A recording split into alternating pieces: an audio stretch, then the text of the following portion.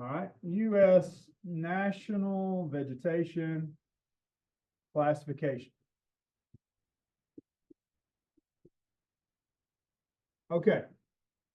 Now, let's just summarize the key differences between these two, okay? Number one, when we're doing nature reserve ecological systems versus the U.S. NVC, is what we call this, let's just make a bulleted list of some of the key differences. Can anybody give me sort of one attribute from the nature reserve ecological systems classification? We'll call it just for short nature reserve.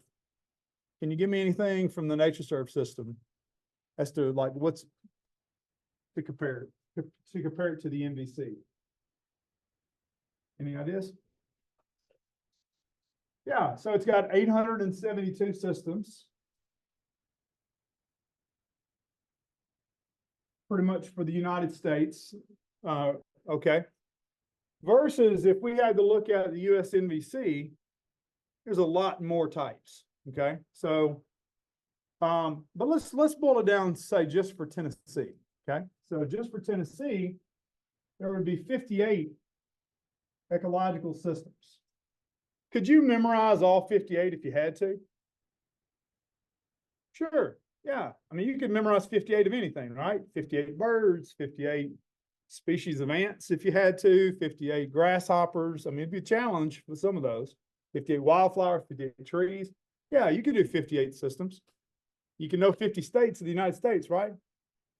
All right. By comparison, though, there are hundreds or in the low thousands of comparable US NVC units. Okay, so we would say in the hundreds to thousands of, we'll just say units for, or communities.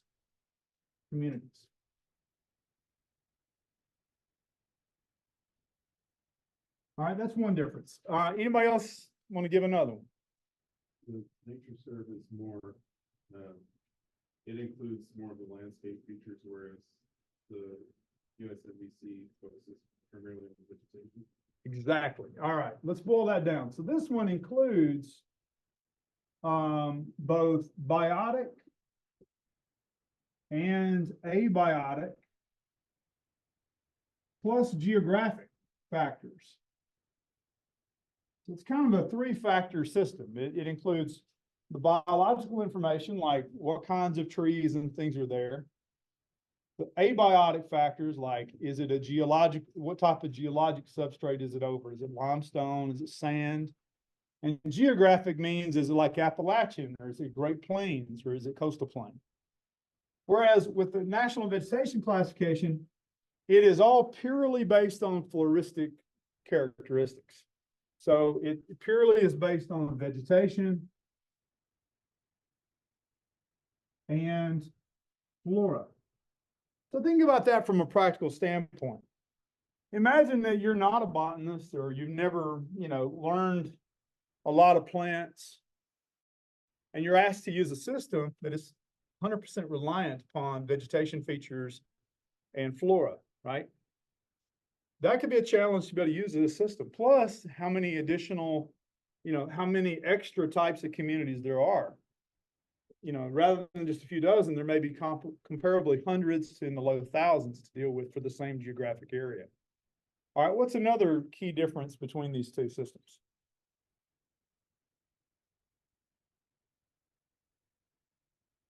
I'll throw one out for you real quick. This one is a non-hierarchical versus this one is a hierarchical classification. Somebody describe to me what that means in layman's terms. What does it mean to be hierarchical versus non-hierarchical? Into layers, right? So this one is layered, okay? And this one we could layer, the USNVC is layered from the very smallest to the largest. So I want you to think about that. If we have, excuse me, imagine, for example, if we have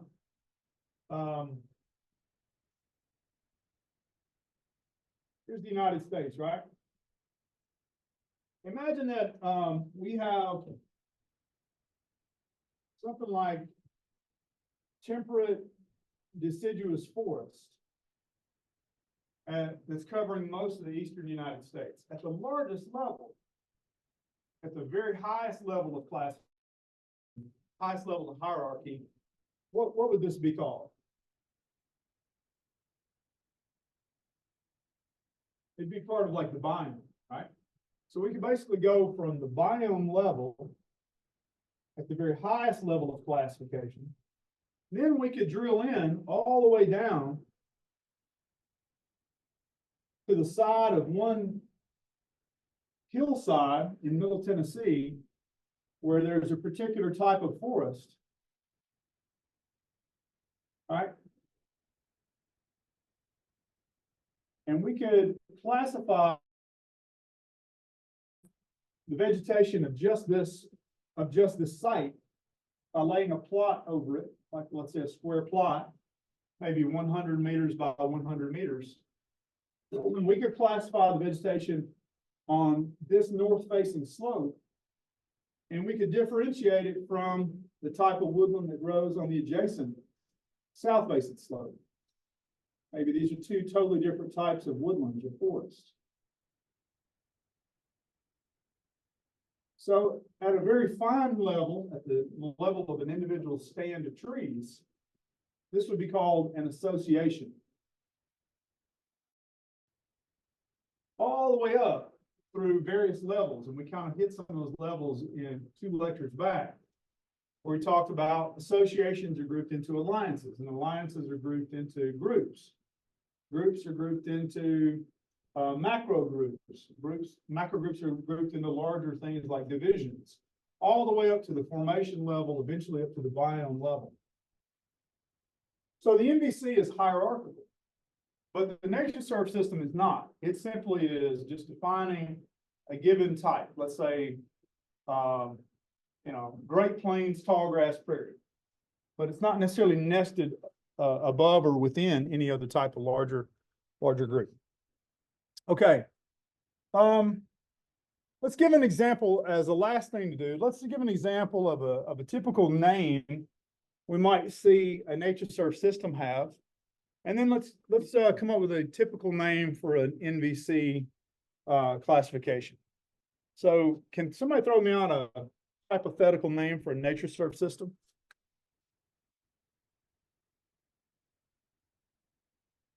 And typically it kind of combines those 3 features: geography with a biotic feature or an abiotic feature.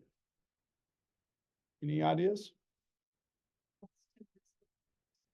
There you go. Cross timbers.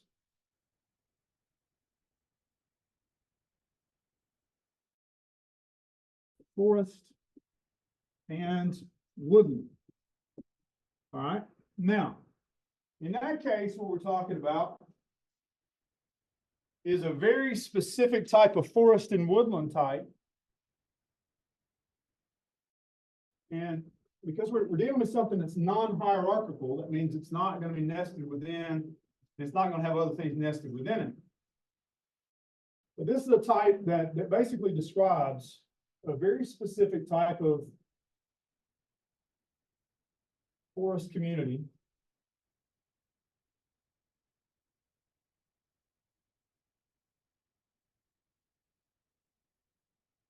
All right, so here's Kansas, Oklahoma, Texas. This is describing a very specific vegetation type, sort of like right through here.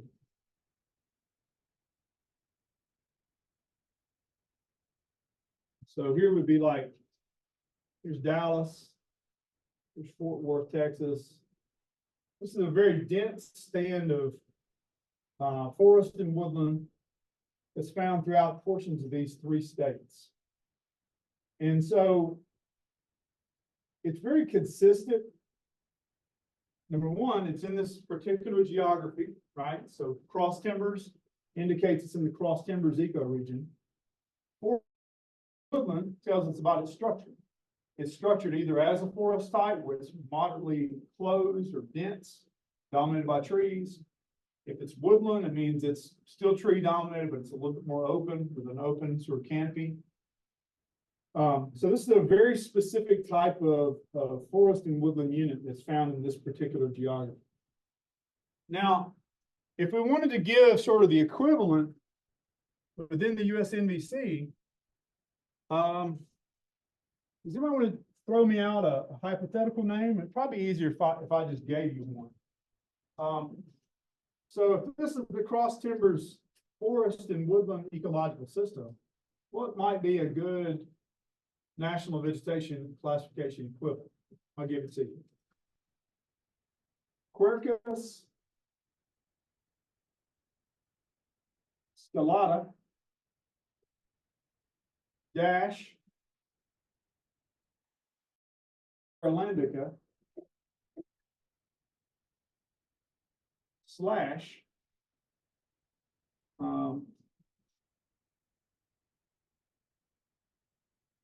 Schizocarium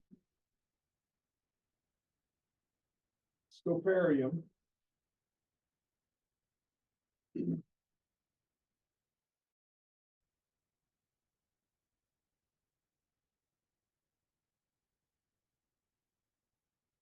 woodland. Okay, so in this sense, and I'm going to give you this is what's called the technical name of the community. I'm going to give you its common name down here too. So this is in the NVC classification. This will be the technical name. And we'll go with the common name. So we would sort of translate that. That would be a post oak dash blackjack oak. And the reason is that Quercus stellata is the post oak. Quercus marylandica is the blackjack oak. Okay. Notice that we use a dash because they're in the same level of vegetation. In this case, they're both part of the tree canopy level. So we connect them with a dash to mean that they're in the same vegetation layer. We use a forward slash anytime we go down to another layer. So in this case, maybe we're going down to the grass layer. And this Schizocarium scoparium is little blue stem. So we're going to put that forward slash little blue stem and woodland. Okay. So you can see then, in terms of which system is sort of easier to use for non-botanists, right? For a wider array of different people with different diverse training, it's going to be easier to use the Cross Timbers Oak Forest and Woodland Ecological System, right? This is a little bit more complicated because it's so reliant on vegetation. However, this has become the national standard. And so these two systems do exist. I want you to kind of know about each system.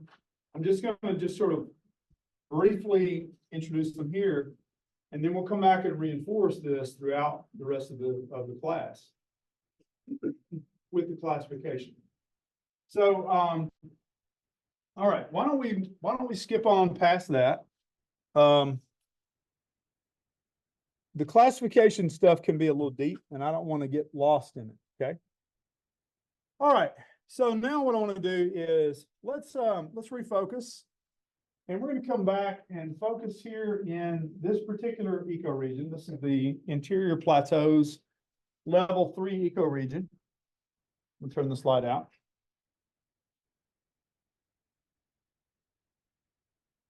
I'm going to stop and take a lot of water breaks tonight. Within this level 3 ecoregion, ordinarily, what I'd like to do is, once we get into the ecosystems part, is I like to sort of go from the Blue Ridge all the way to the Mississippi River and cover all the various forest types and grassland types and wetland types. What I'm going to do now, though, as I mentioned, just to make up on time, is we're going to focus in on this region that's right here. We're going to cover this first, the Interior Plateaus. We're not going to get way up into Kentucky and Indiana and Ohio. We're going to focus on Middle Tennessee and adjacent Southern Kentucky.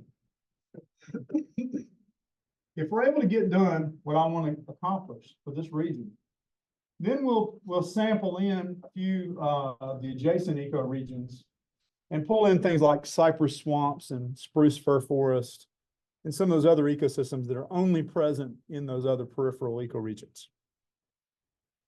So just as a reminder, the interior plateaus includes the eastern highland rim, western highland rim, the Pennyroyal Plain right here, and the Nashville Basin, both the inner and outer Nashville Basin. Those are the primary regions we're going to focus on.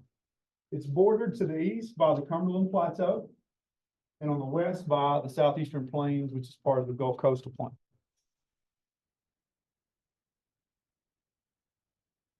All right, and then just as a quick refresher on this ecosystem, I like to sort of use this slide because it shows the transition between the outer Nashville Basin here. Here's the transition zone or the escarpment from the outer basin to the eastern highland rim, which is this flat plain. And then we have the Cumberland Plateau, which you can see elevated above here and off in the distance. So this is one of the few places you could see all three like really close to each other. Within this region, we're going to begin introducing several different things related to ecosystems. Okay, number one, we're going to divide these up into several major kinds of ecosystems. So we're going to talk a little bit about cliffs and rock houses, which are these really cool like rock shelters, rock overhangs. We're going to introduce various types of rock outcrop communities and barrens and glades. We're going to talk about several of the kinds of wetlands, which we would call fens or seeps, certain kinds of meadows. This brings us into the grassland realm with meadows and savannas and prairies. We'll talk a little bit about woodlands and forests, various types of wooded wetlands, what we think of as swamps and flatwoods. And then we'll also be sure and touch on some of the communities that we find along our streams and water courses, such as gravel bars and sandbars. Within each one, we'll hit a variety of topics. So we'll talk about, what is the distribution of these ecosystems? If you were to go into a particular forest type, where would you expect to see it across the region? What is the dominant vegetation? If you wanted to give it a common name or a technical name according to the NVC, what would that be? And then what are the physical attributes of those forests? Like if you were to walk into it and look around, what stands out as key features? How would you recognize old growth, for example, if you were to be in one? What are natural processes that are important to those ecosystems? Is fire important or not? Is flooding important? Are edaphic processes like shallow soils, are they important? What are some key flora and fauna? Are there any endemic and rare species that you ought to know about? And then, what are some key threats as well? Are there particular threats from urban sprawl or from pollution or climate change that we want to talk about? So we're going to get into and kind of explore this fairly deeply. And so I'm going to begin with forests because everybody expects me to talk about grasslands first. So we're going to talk about forests first. Okay. Number one, I like to apply what's called a fairly strict concept of forest.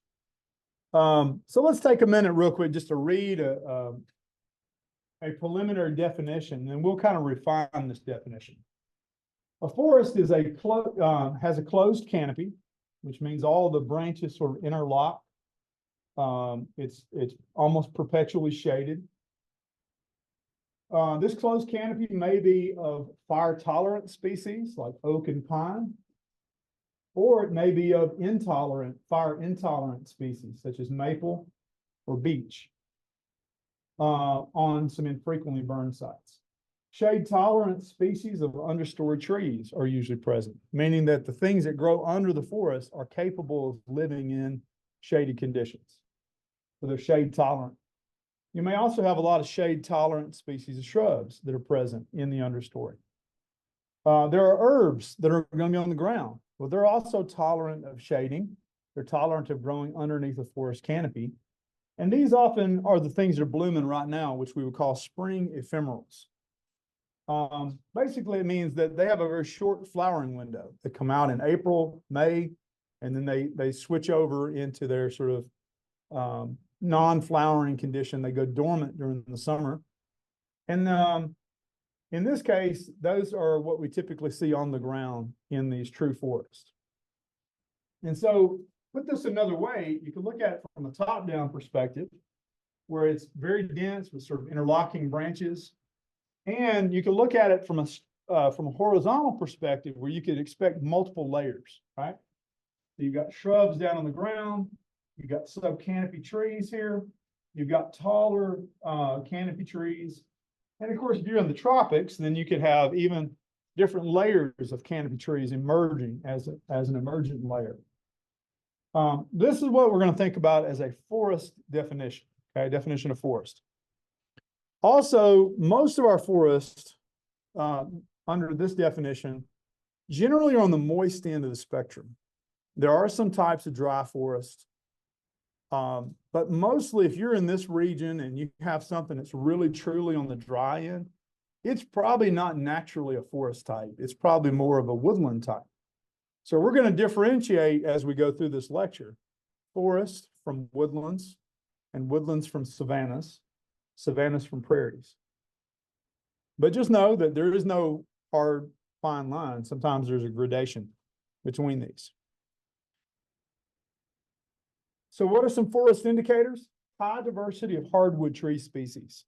You may walk into a typical forest, and typically there's more than just, let's say 2 dominant trees. There may be 7 or 10 or 15 or 20 trees in the canopy layer of many different types of natural forest. The mature trees generally are tall and straight. A lot of things that grow in forests are adapted to life in forest. So many of the trees have grown up together and they're reaching for the light. So they often grow tall and straight.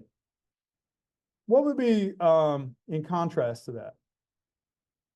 You're not growing tall and straight. You might be what?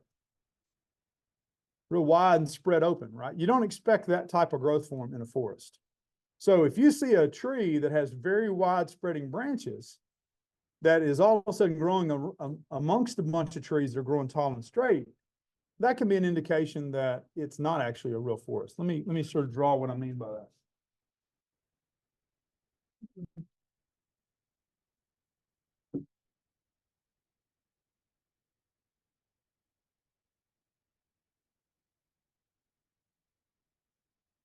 So imagine if we walk into two different scenarios. On the left, we walk into a site where a lot of the trees have branches that are ascending, so like that. Some of them are tall and straight.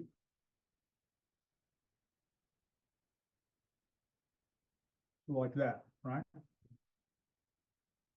This is the sort of the typical growth form we might expect inside a forest where the trees are all tall and reaching for the light.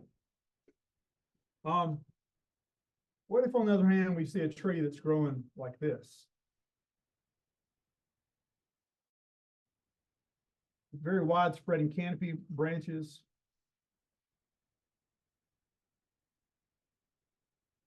And then a lot of trees that have grown up around it. Some of which may even be bigger in some cases. But just because they're bigger doesn't necessarily mean they're older. So you may have some trees that are doing something like this. So in this case, you have 2 pretty clear things going on. This tree may be the oldest, in which case, even if it's, say, smaller than some of these other trees, the fact that it has these big, heavy, contorted branches, wide-spreading crown, is a suggestion that this tree, when it adopted that growth form, was in wide open conditions. And then whatever happened around it resulted in all these trees growing up later after the fact. Whereas in this setting, all these trees kind of started growing up in the shade of a forested overstory from the beginning. This is a signature of true forest. This is a signature of, it can be at least, of either woodlands or savannas, or it can be just a signature that this tree was once growing in a pasture. All of which are possible scenarios. Okay. In our region, we don't have a lot of pine in our natural forests. So if you see pine like shortleaf pine or loblolly pine, oftentimes those are an indicator that you're actually in more of a woodland type that may be closing in. So why, for example, would you expect something like this to be the case? Why would this have once been open and all of a sudden has a bunch of younger trees around it?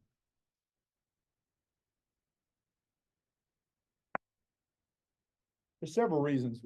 Jaron?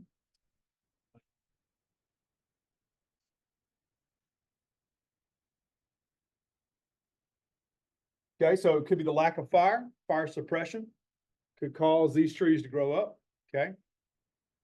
It could be that this area was grazed by cattle here.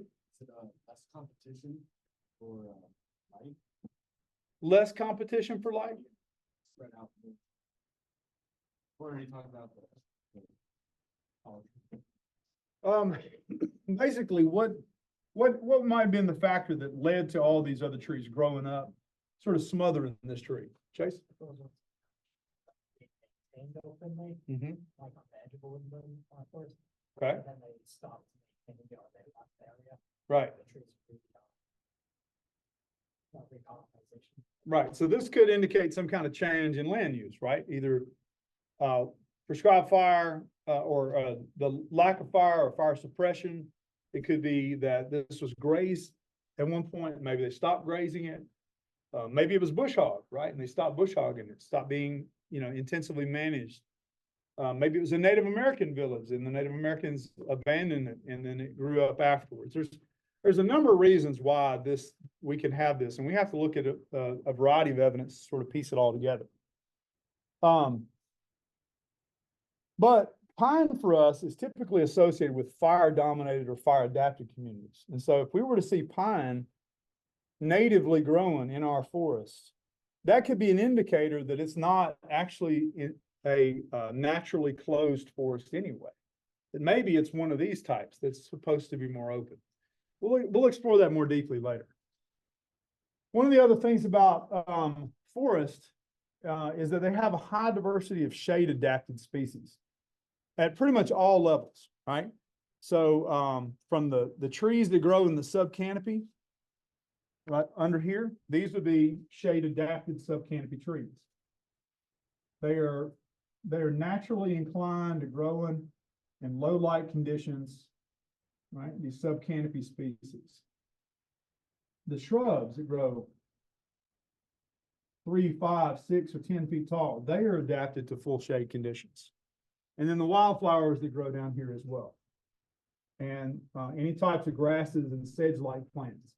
Those that do occur there are adapted to shade, they're adapted to moist soil conditions. Okay. And again, not especially dry. Usually our sites are what we call mesic, which means moist. Okay. The opposite of mesic is what? So typically woodlands and savannas, not always, but typically are associated with drier sites, which we would call xeric, X-E-R-I-C. And what if it's on the other end of the spectrum? What if it's really wet and it's like saturated? We call that hydric. So hydric and mesic and xeric. Final thing is, a lot of times in a true forest, the landscape is such that it's in a protected landscape, meaning that it's protected from too much sun exposure, protected from too much wind, or protected from fire. So give me some examples of what you can think of. It would be naturally protected landscapes where true forest would be best able to develop. Gary? All right, down on a north facing slope. Okay, that'd be one potential area. Any other ideas, Matthew?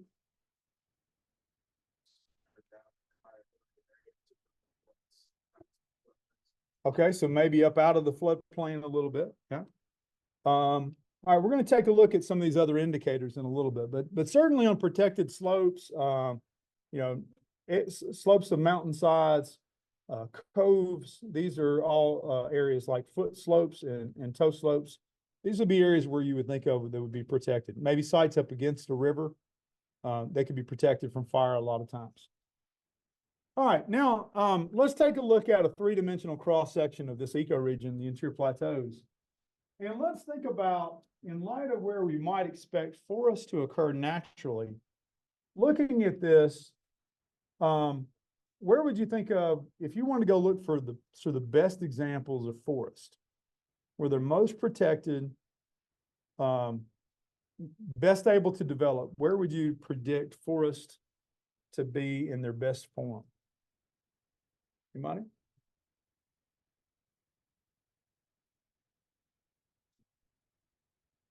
On the Western Highland Rim, okay, so here we are. And whereabouts there, Brandon, would you say, man, yeah, I would go there to look for the best forest? Well, I just think that those two rivers would be, pretty good to protect it, and then it's higher up in elevation. Okay, Mm. so you got the Cumberland River coming over here, right, coming down and across. Got the Tennessee River coming up. So maybe we're up against one of those rivers, you might expect some really nice forest, okay? Yeah, so if you have a north facing slope, let's say that's here, facing north along one of these protected bluff lines, that'd be a really good place to go look for some really nice forest. All right, anybody else? Now that you were saying that, I was like, maybe the Cumberland Plateau might be better because it's so high up, it's kind of inaccessible to, Like, if you just instead of on the plateau, like along the escarpment on the lower side. Okay, so down here along the lower edge of the escarpment, yeah. And maybe going up a little bit. You can see where there's some of these, the gorges here, the plateau canyons. Some of those canyons have really, really exquisite forest. Now, of course, this is a little bit of a three-dimensional, very blocky, and it doesn't include all the landscape features that we would like to see. But it's helpful to think about where you'd want to go look for forest or where you would expect the best forest based on landforms, right? So let's think about what the key features are here. We have a very prominent plateau over here. What do we call this term that separates the plateau surface from the adjacent highland rim? What is that called? Escarpment, yeah. So escarpments are great places to look for forests. If you wanted to look for old growth forests, for example, escarpments are perfect places to go. Steep, they're rugged, they're dissected. Think about if you're a logger in the 1920s. Go to the place that's going to be the hardest to log. That's where your best chances, in some cases, are of finding true old growth forest remnants. What about this open plain? Is that a good spot to go look for forest? Why or why not? Now, there may be what appears to be forest there today, but is it naturally a forested region? Okay.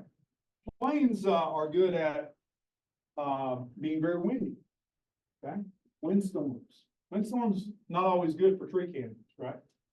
Plains are also good for not having many fire breaks, like a lot of streams. So if there's not a lot of fire breaks, that means that wildfire can move across it. At a time when we did have wildfire, you could have fires that move from the top end to the bottom end over hundreds of miles very quickly. So if you have a higher expected fire return interval, you might not expect really dense lush forest development because you would expect it to get burned fairly repeatedly. Along rivers are good because those are protected. Typically, especially if it's up against the river, fire can't get down to it very easily. What about in this escarpment here between the Highland Rim and the Nashville Basin? Would you expect this escarpment to be a good forest dominated region? Yeah, escarpments are usually good for forests, okay? And then what do we call this structure right here? The Nashville Basin. Is the Nashville Basin good for forests? It can be, actually, yeah. So then we got to start thinking about geology. How close to the surface is the bedrock? Is the soil deep? If it's deep and fertile, you would expect very good forest development. If the soils are shallow and stony, then you would expect better for woodlands, or better for savannas, or better for glades and barrens. So all these things are things I'm going to teach you. I definitely do not expect you to just get it now. This is going to be an ongoing conversation for the entirety of this month. Great. I'm looking so forward to this. Well, I want to teach you guys to read the land, and it takes time. Let's take a look at this diagram in the bottom. Here we have a typical sort of plain landscape. You might expect this to be like what Clarksville, northern Clarksville was like 200 years ago. So you have an open plain up here along the Kentucky line. Or maybe this could be over here on the eastern Highland Rim surface. You would expect it to be fairly flat, very gently undulating. And then in the what we call pre-settlement condition, at the time before the arrival of Europeans, we would have expected that to be very sparsely treed, with probably less than 10 to less than 20% tree cover. If we're looking down on top of it, we would have trees covering less than 10% of that entire space. Okay. Now notice what happens as you get into a little bit more of a rolling up and down landscape. That's kind of what the Highland Rim would have been like. It's a little bit more dissected. There's streams that are a little bit more abundant. You expect the tree cover to go up, and this would have been more savanna-like. In really hillier regions, the tree cover goes up even more. And when you get into areas, particularly where there's rivers in the bottom of these hollows, then we call these areas the breaks. This is what you expect along major river corridors. And these areas tend to be very densely forested in those environments. Think about if you're a fire, it's a lot easier to move across these landscapes, but it's quite difficult for fire to move across a broken, that's what we call the breaks, a broken landscape. Fire, as you probably have seen from watching videos of California fires, going up a mountain is very easy, right? Fire can climb very easily. It's going downhill that fire has a challenge. And so, sure, if a fire starts here, it can move up that slope, no problem. But a fire would have difficulty going down slope and up and down slope again and down slope again. And then when you add to that the great moisture that you have within the leaf litter of a natural forest, the added humidity of the atmosphere inside a protected forest, as well as having an abundance of streams and rivers down in the bottoms of those elevations, those create natural fire breaks. And so these more broken landscapes just don't see the kind of fire return that we typically would see with the more open rolling landscapes. So a critical concept here, there's two. One is called fire return interval.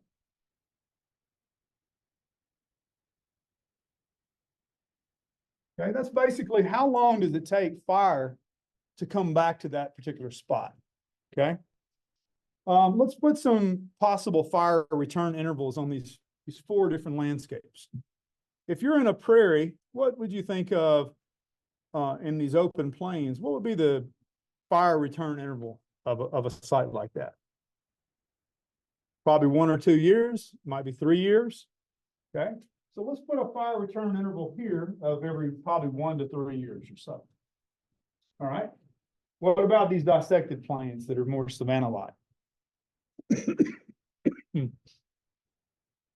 It's probably, it's variable. It could be every year, it could be every 2 or 3 years, it could be up to every 5 years, but typically a little bit less frequent perhaps than the prairie landscape.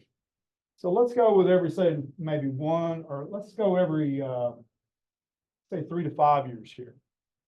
Woodlands tend to be somewhere in that like 5 to 10 year window. Fire is going to come back to that site every 5 to 10 years. And then something that's more of a true forest, and it's going to depend on some forest types may never burn. Others, like the redwoods, may burn, every few hundred years. So typically a true forest is going to have a fire return interval that's longer than 25 years, sometimes longer than 50 years. Some types of forests may never burn at all. And so that's really going to be dependent on what type of forest we're talking about. Now, the reason I spend a lot of time going through this is because there's a great need to kind of streamline our definition of what forests are. If you were to ask somebody with the U.S. Forest Service to define forest, they would say a forest is everything from this to this. And that's a great, that's an okay, that's a very wide definition, right? But it's not a very useful definition because it seems to obscure the very real differences that exist between things like savannas and open woodlands from more closed systems. This translates to biological diversity. There are certain birds, for example, like red-cockaded woodpecker, that live in this open woodland to savanna end of the spectrum, and they only like pines. So if you're trying to manage for a species like red-cockaded woodpecker, you need a very open canopy that's pine dominated with old mature pines, preferably longleaf pine, sometimes loblolly pine, sometimes short pine. But you need this end of the spectrum. And so if you're communicating to somebody about the management needs of that one particular species, and if you say, yeah, we're trying to manage for forest, well, then you may be giving them too broad of a definition. But if you say we're trying to manage for open woodland or manage for, open savanna, then that's a very precise definition, a much more precise definition. And of course, it's important to add that we're not just talking about tree canopy coverage alone. Because what I want you to think about when you use that term forest is to think about the other attributes that go with it, right? The fact that there's subcanopy trees or not, or there's shrubs or not, and which types, and if there's a grass layer or not. Plus the landform. Is it a plain? Is it rolling? Are they in the breaks? All these things together make something a forest or not. And I want you to apply this very holistic definition so that you have a broad sense of the usage of that term. All right, let's take a look at this map. This is a map of this is a pre-settlement map.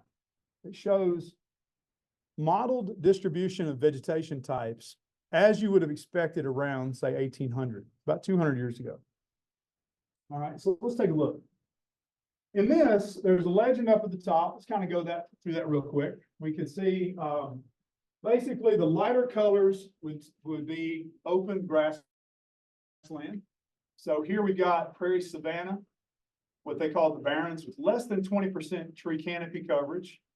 Notice in Clarksville, by the way, is right here where that bend in the river is. So you can see a lot of the area north of Clarksville and to the northeast toward Bowling Green, Kentucky, which is about right here, would have been a large grassland with less than 20% tree canopy coverage. Then it would have continued on northward here. And then there were other grasslands that were down here to the south. Here's Huntsville, Alabama. Here's Nashville. So there's little pockets of grassland here, but this is also kind of large.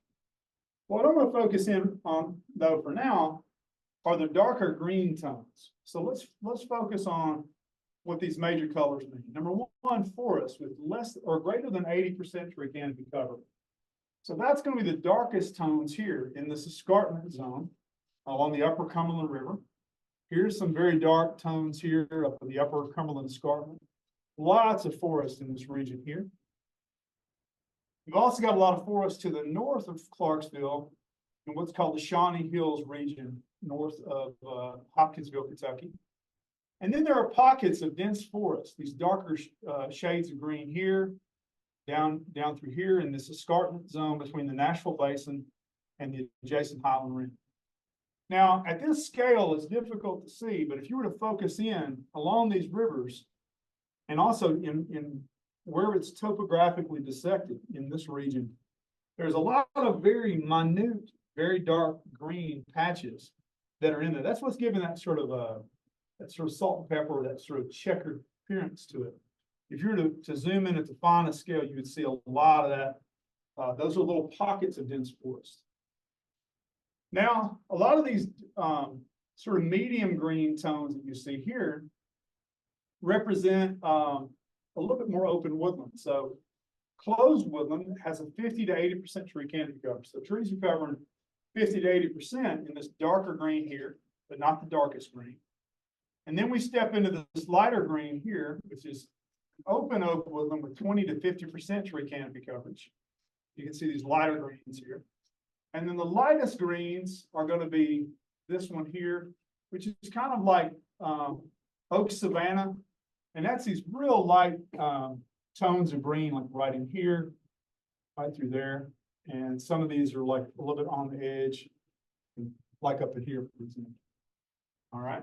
So I want you to be aware of those sort of step down gradations. I wish the terminology of this legend was kind of a little bit more consistent with what I'm giving you here. So, but forest, that we can agree on. Closed woodland, open oak woodland here. These are pretty close, although I would say this open woodland right here is really more in line with my definition of savanna. So this 50 to 80% canopy coverage is kind of what I'm going to lecture to you about, is what I would prefer to call woodland. This open oak woodland here, 20-50% canopy, is really grading into what I would call savanna. That's the one challenging part of teaching all this, is that no one definition is right. Everybody calls it something different. Everybody refers to it a different way. So I'm going to teach you to kind of be aware of the discrepancies. I think that's important.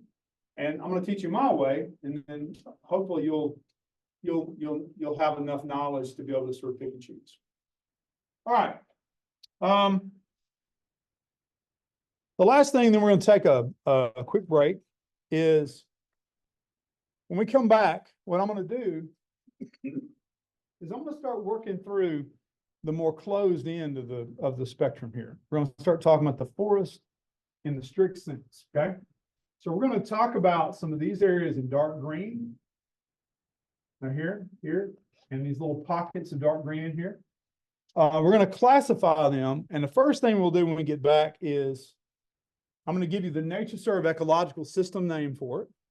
And what you're going to see it as is a bright yellow slide. Okay. This is the NatureServe ecological systems name, South Central Interior Mesophytic Forest. Then what I'm going to do is I'm going to take you to the NatureServe website, and I'm going to show you how this relates to the NVC. So we're going to put that into usage, into practical usage. And then I'm going to show you a bunch of photographs of this type. And the idea being is, as you're out there driving around, you'll be able to identify this ecosystem with no problem. Then we're going to do it for some other forest types and some woodland types, grassland types, and so forth. So that hopefully by the time you get through this class, you'll be able to drive around and know your ecosystems pretty good. Okay. Let's go to the website for NatureServe Explorer. Okay. So just go to Google, type in NatureServe Explorer, and you're good to go. Now, how many of you use NatureServe Explorer for other classes? Anybody? Anybody? No? Okay. NatureServe is a really great, NatureServe Explorer is a really great resource to be able to know about and to use. And I'm going to show you a couple of practical reasons why. Number one, NatureServe is the organization whose job it is to track biodiversity of North America. So if there's a rare species at the state level or the provincial level, the national level, NatureServe's job is to make sure they track all the information about it at all those different levels. And usually that happens with individual states. So for example, here in Tennessee, our Tennessee Department of Environment and Conservation, Sarah used to work for, right? TDEC. That includes both the State Parks Division, and it also includes what we'll call the Division of Natural Heritage. That's the division that is responsible for sort of tracking plant and animal records of conservation concern, ecosystems of conservation concern, important conservation sites at the state level. NatureServe, they are then part of the NatureServe network. So is Alabama, so is North Carolina, so is Vermont, all these states then are part of the NatureServe network. And so as biologists are out there collecting data on rare bats, rare salamanders, rare fish, rare plants, all this gets put into a geospatial database called biotics. And then that becomes fed into the NatureServe system. This is really important for like the environmental review process. If they're going to do an environmental impact statement, for example, and build a new federal highway, or if they're going to put in an airport, they have to do an environmental review to make sure, are they compliant with degrading and destroying wetlands? Are they destroying streams? Are they destroying critical habitat for Indiana bat, or for some type of rare fish or snail or mussel or wildflower? And so part of the information for that environmental review process comes from the databases that NatureServe maintains. So they are considered to be the national authority on biodiversity data. That's what they specialize in. So what I'm going to do here, you can search for a couple things. Let's just go first quickly and search for something rare, like Indiana bat, for example. So what it brings up is the page for Indiana bat. It tells you its status as a rare species, all the states where it's found, in which case it's critically imperiled in those states. If you click on that, then for a given species, it's going to tell you a lot of different information. It's got its conservation rank up here. When we talked about global ranks, we can rank ecosystems and species from G5 to G1. Remember, G1 is critically imperiled with just 5 or fewer occurrences in the world. So Indiana bat is a G2 species. It's extremely rare. It's imperiled. And then this gives you the ranking within each state where it is known to occur. This is data-driven. So biologists, based on the records that biologists collect in each state, it informs, this population level data informs how we rank it nationally and at a state level. And then we can scroll on down beyond that. There's information here according to the classification as a species. There's various literature references there. There's a conservation section here. You've got a distribution section. And then you could see a lot of other stuff here that you could get some pretty good detailed information on, like how many hibernacula, how many states, what are the important roost trees for this species, for example. There should be information here related to its ecology, its biology, and what type of threats the species is facing. So all the way down, as you continue to scroll through lots of different kinds of important information, then ultimately down here, you can get down to, here's the ecology section. You can get to the bottom. This species got a lot of information. You see I'm barely even through half of it. There's going to be a literature cited section at the bottom, which usually cites important literature like federal recovery plans by the U.S. Fish and Wildlife Service. So typically, if you're researching species, particularly those of conservation concern or natural communities, NatureServe Explorer is the sort of one of the first places that you really ought to go. There's a lot of good information here. Now we can also go back and clear that search, and we can search for ecosystems here. So I'm going to type in, let's just go with something like prairie and see what happens. So we have a lot of species that match, 253 species with the name prairie in it. And we have 387 ecosystems that match. So this is bringing in both species records and ecosystem records. I want to go back and I want to tell it basically to just turn off species. And I just want to search for prairie as an ecosystem type. Now, this is where we're going to get down into the weeds a little bit. So right here are those ecological systems, the NatureServe ecological systems. There are 37 kinds of prairie under the NatureServe classification. That's ecological systems. Now here's that second classification. Notice that they call it IVC. All that means is international versus national, the NVC. So if we're, IVC is basically the same as NVC, it's just looking at it globally. And then here we've got those different levels of the hierarchy, macro groups, alliances, and associations. Remember, we said that part of the thing that makes ecological systems easier to deal with is there's fewer of them. 37 nationally, as opposed to 279 associations, which is that finest level of the classification. That'd be like if you're standing on one hillside trying to look at the classification. All right, so what I want to do then is, let's just click on this. And then you can see all the types of things that have the word prairie in them. Here's Florida dry prairie, for example, which is only found in Florida.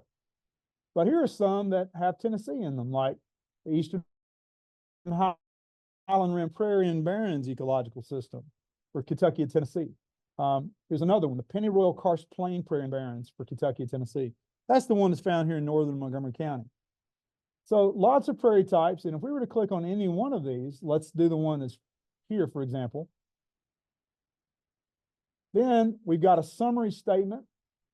We have a description of its vegetation here. We have an environmental summary that talks about like what kind of landscapes it's on, what kind of processes are important, like things like fire, grazing, what type of threats are important. So it goes through all of this for every type of ecosystem. It tells you what some of the rare species of both plants and animals are that are associated with this ecosystem. A statement of its distribution. There's some classification notes here. And this is the part that really begins to link the Nature Serve Ecological Systems classification and crosswalks it to the National Vegetation Classification. So again, we're going to get to just begin to get familiar with this. And then lastly is the reference section down below. So what I want to do next is go back out and let's go. I'm going to show you how to apply a state level filter to this. So let's just refresh this. All right. And let's go here to filter. Let's go to United States. We're going to click on Tennessee. And we're going to just do ecosystems. Actually, we're going to just do ecological systems right there. We're going to click on that to filter. And then what we've done now is this basically gives us all of the matching ecological systems that are known from Tennessee. There's 56 of them. I told you 58. There's 56. And these are all the systems right here. So various kinds of forest types. The one that we're going to start with is this type right here, South Central Interior Mesophytic Forest. And then as I showed you with that previous prairie example, there's all the various kinds of information that we could want to get out of this. All right, so let's stop there. NatureServe is your friend. It's good to know how to use it. Let's go back out and let's resume the PowerPoint now. And we're going to pick it up with this specific type of ecosystem, the South Central Interior Mesophytic Forest. Yeah, thank All you. right, that's a picture of what I was showing earlier. We're going to drop down into this one of these deep ravines up here. Perfect. All right, that's the topographic map. And we're looking at where would we expect forests? We would expect them in these sheltered north-facing slopes down through here. Or we might expect them also on these narrow floodplains right there. And you can see this sort of green shading is indicating a forested floodplain. We're going to talk specifically about floodplain forest as another category, okay? So when I'm talking about forest as a category for now, I'm pretty much talking about upland forest. Those that are typically well-drained. They may be flat or they may be on slopes, but they typically are not wetland sites. Some of them, usually when you get into floodplains, you get into types of forests that tend to be partially flooded sometime of the year. Those are treated differently as floodplain forests. So I'm going to come back and we're going to hit those later. By now, we're concerned with upland forest. I bring this specific image up to show you, though, is the difference between a forest that is generally north-facing, north, northwest, northeast, versus this right here, which is strongly south facing. Okay, that's on a south facing bluff. Those conditions, those environmental conditions are very, very different between these two sites, even though oftentimes they could be directly across the river from one another. You can have a very well-developed forest here, but go right across the river.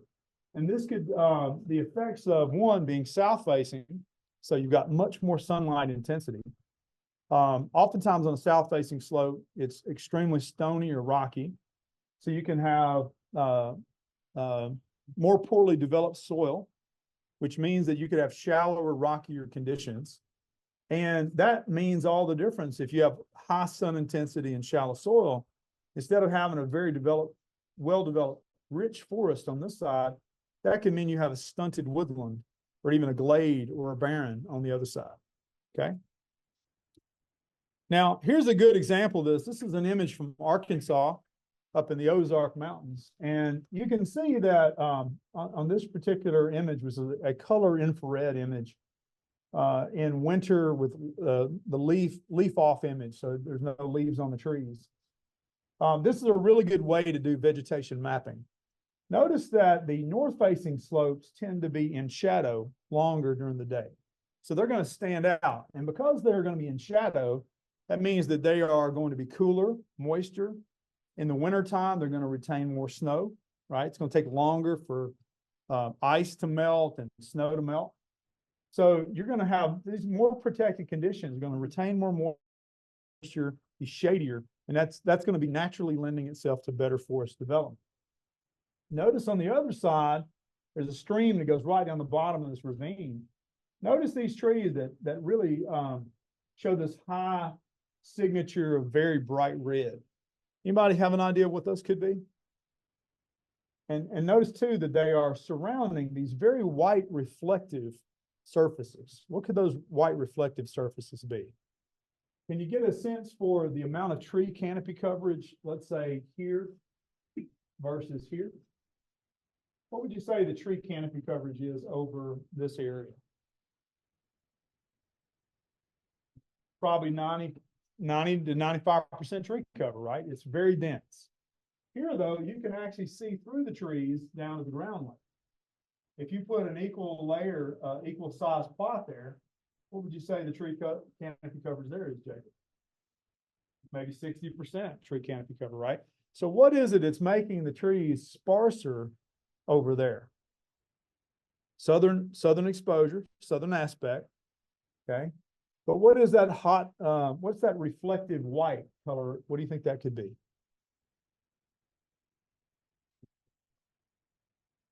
Chalk. Okay, Laura says chalk. Ryan says a rock layer. Yeah, it depends on what the geology is. In this case, if it's the Ozarks, it's probably limestone or dolomite. And so this is probably an area where you have shallow soils and you have bedrock exposures, which would be what we call glades or barrens. We're going to talk about those ecosystems.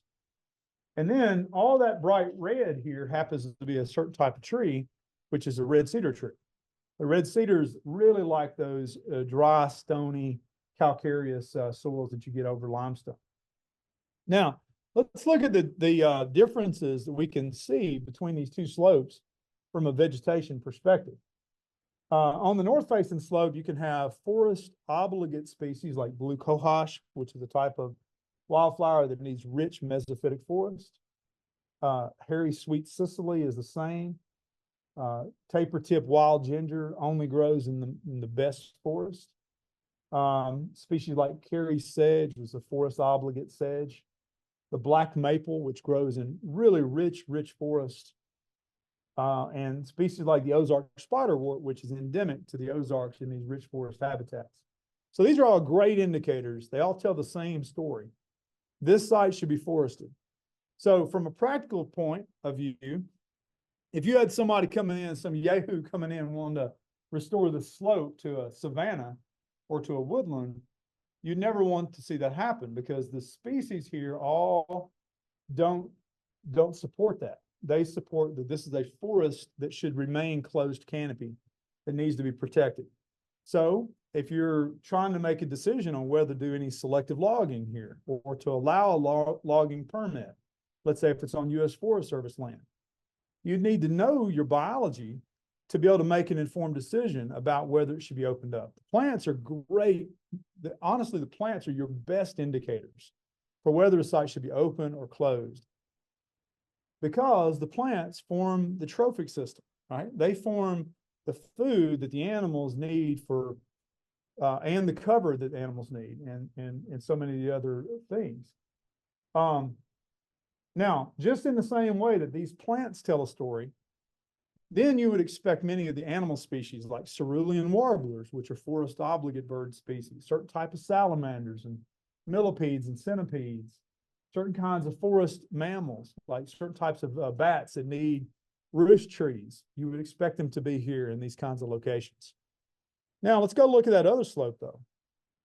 There we see species like Great Plains lady's tresses, which is an obligate prairie and barren species. It needs high sunlight. It can survive very hot temperatures. We have the bottlebrush blazing star, which is an obligate sun-loving species. The tall pink glade onion, the Trelease's larkspur, and the silky aster. So all of these species are exactly the opposite. They need high sunlight conditions. They can tolerate fire. They can tolerate drought.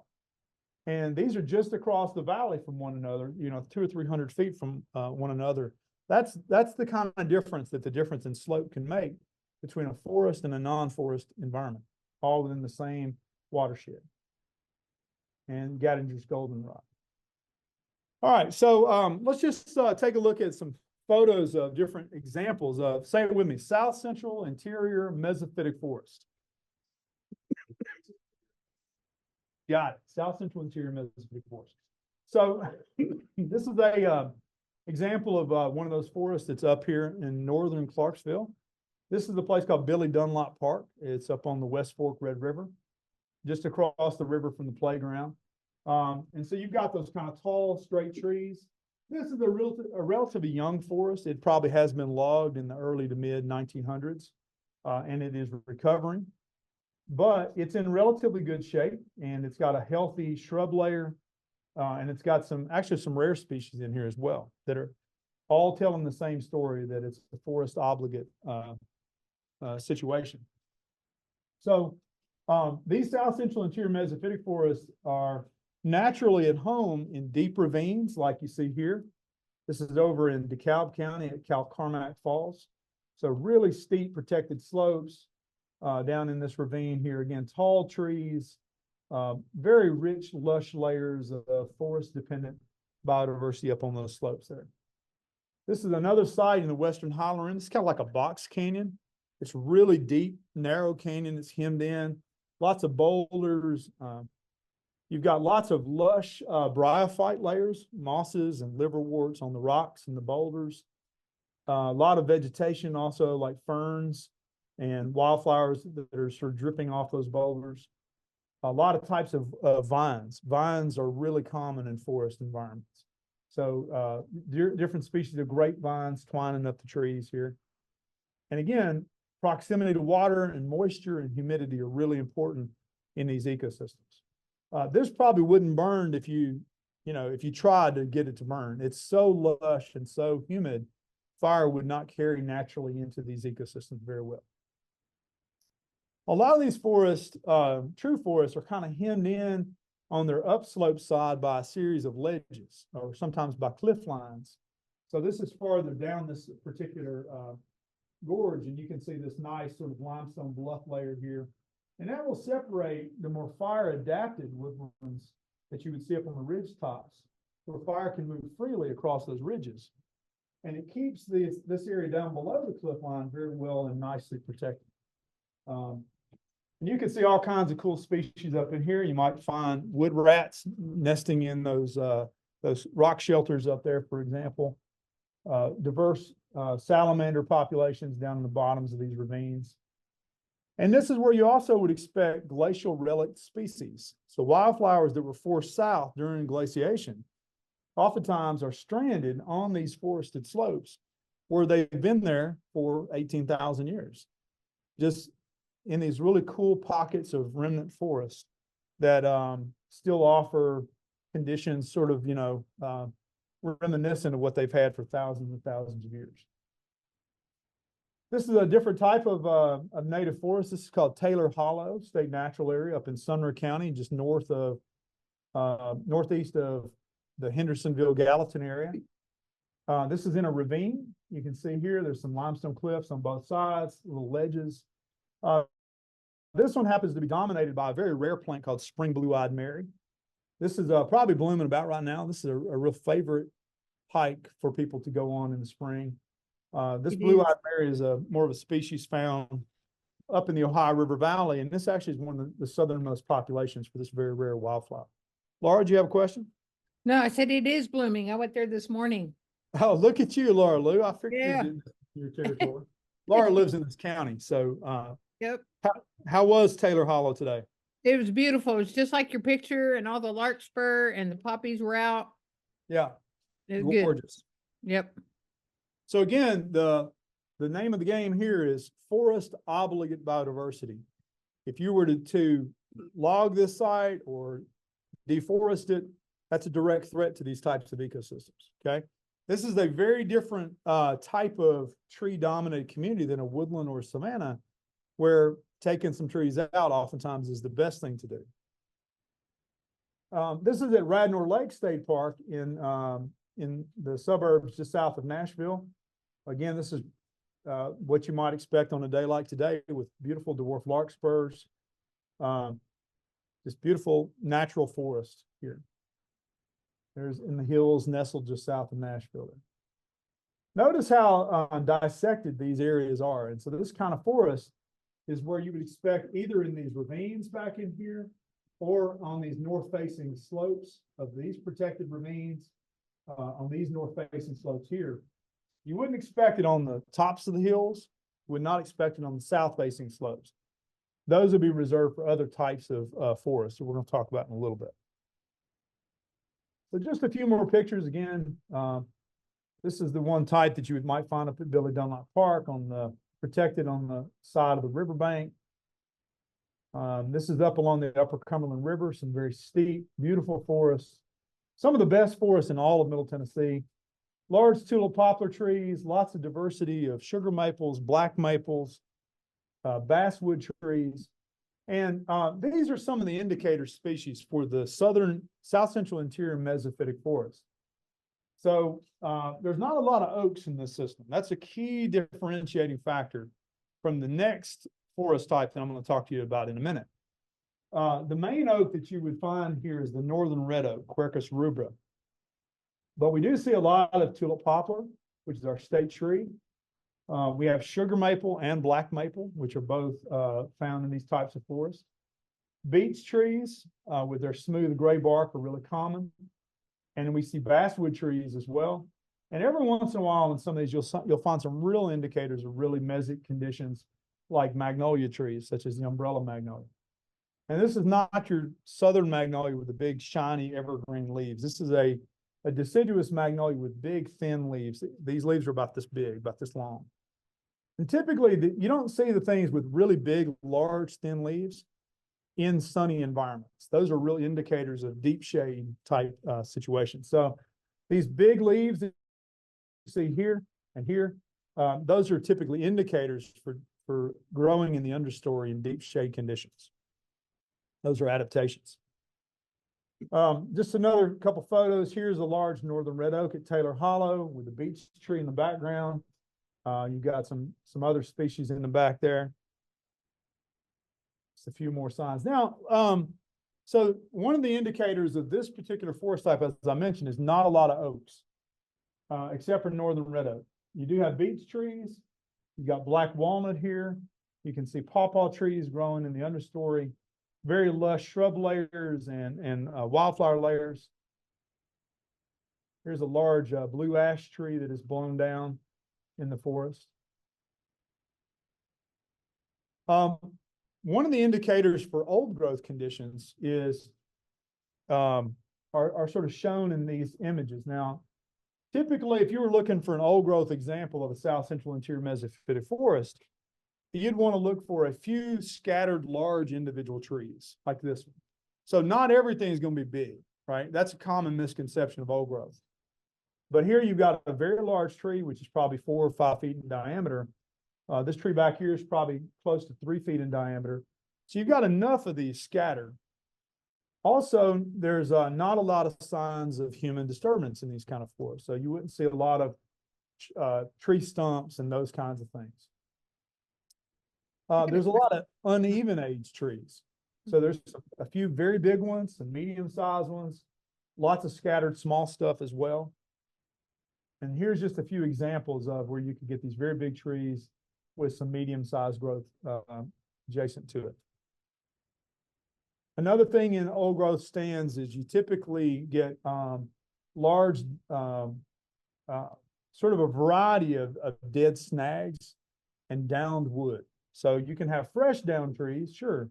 That you can have pretty much in any stand following a windstorm. But typically in old growth, and this is not necessarily old growth, but you also will have usually logs in various states of decay.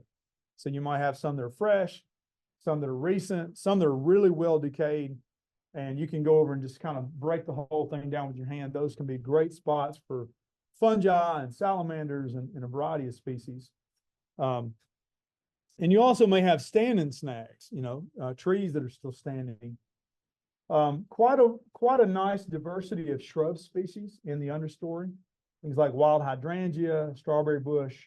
You can have spice bush, which is very common. Pawpaw, which tends to be very common in forest environments as well. And we're looking at the shrub layer right there. You may have large vines, like these grapevines growing up right here, for example. Some of these are often indicators of old conditions. Very diverse ground flora with wildflowers and ferns. Particularly in our region, trilliums are a really good indicator. If you find not just one, but like if you find 3 or 4 species of trilliums growing in the same stand, that's a really good indicator of good conditions. But the more diverse and more lush that forest understory layer is, oftentimes the more intact it is. And of course, you can have stands of ferns in these layers. I'll sprinkle in a few pictures of me from the first time I taught this class, 2011, back when we taught it as a Maymester class. But just beautiful stands of ferns, again, real rich slopes with mosses and liverworts. All right, now let's go to a second system, okay? Now, how many systems did I say there are in Tennessee? Yeah, I think it's at 58. It's like 56. And we could probably add a couple more and make it 58, but it's about 56 or so. For the purposes of what I want you to know for this class, for the final, I think we're probably going to go through roughly 25 systems. So I'm going to probably expect you to know about 25. So anything that I go over with yellow background, just know that you're responsible for those systems. All right, let's talk about the next one, which, in my opinion, the next system is really hyper variable. It's got a lot of range of variation, which makes it difficult for me because I have to explain that range of variation in ways that sort of stretches it beyond my comfort. What I mean by that is, in the southern interior low plateau dry-mesic oak forest system, some of these are true forests, like I've been talking about. Some of them are definitely woodlands, and some of what they include in here is actually savanna, okay? And I'm going to have to sort of tease that apart for you, and I'll do that. So say it with me, southern interior low plateau dry-mesic oak forest. All right, so let's talk about what this name includes. One, southern interior low plateau. That tells you where it is geographically speaking, right? That means we're talking about central Tennessee, southern Kentucky, northern Alabama, but we're not talking about the northern interior low plateau, which would be up in like northern Kentucky, southern southwest Ohio, southern Indiana, and southernmost Illinois. When you get up there, you begin to encounter some different types of forests. Next, we're talking about anything from the dry to mesic end of the spectrum. So we're not talking about wet, but it can be dry, it can be moist. And predominantly, we're talking about systems that are oak dominated. And there's a lot of oaks at play here. And part of this variability that I've described to you of being everything from forest to woodland to savanna, one of the ways that you kind of split those all out is based on landscapes, based on topographic variation, and based on what kind of oak is there. So I can walk into a stand and I can say, okay, we have white oak and tulip poplar and a little bit of beech. This is this is the white oak dominated mesic phase of the southern interior low plateau dry mesic oak forest that you would see down in a ravine. I might walk up slope to a dry ridge and say, okay, but this is different. This has got chestnut oak and it's got sourwood and there's black gum trees and there's some Virginia pine. So now I'm in sort of the xeric phase of the southern interior low plateau dry mesic oak forest. I'm in the dry phase. I may walk out onto a really wide ridge that's opened up into like a plain. And I said, well, this is different still. This is a post oak blackjack oak woodland savanna that's part of the most open end of the southern interior low plateau dry mesic oak forest. I'm going to try to illustrate that through this next series of slides as we go. Okay, so these darker areas, that's where most of our south central interior mesophytic forests would be, right? Be prepared to answer some basic questions come final exam time about that. Now what we're talking about is most of this stuff that's in these light to medium shades of green. This is going to be that southern interior low plateau dry mesic oak forest is in these sort of lighter to medium tones of green. All right. Now I go back to a topographic map as a good sort of starting point for this discussion, because like I was just talking about there, this is a topographic map showing an area within land between the lakes. And here's kind of the northern central part. This is Golden Pond Visitor Center, for example.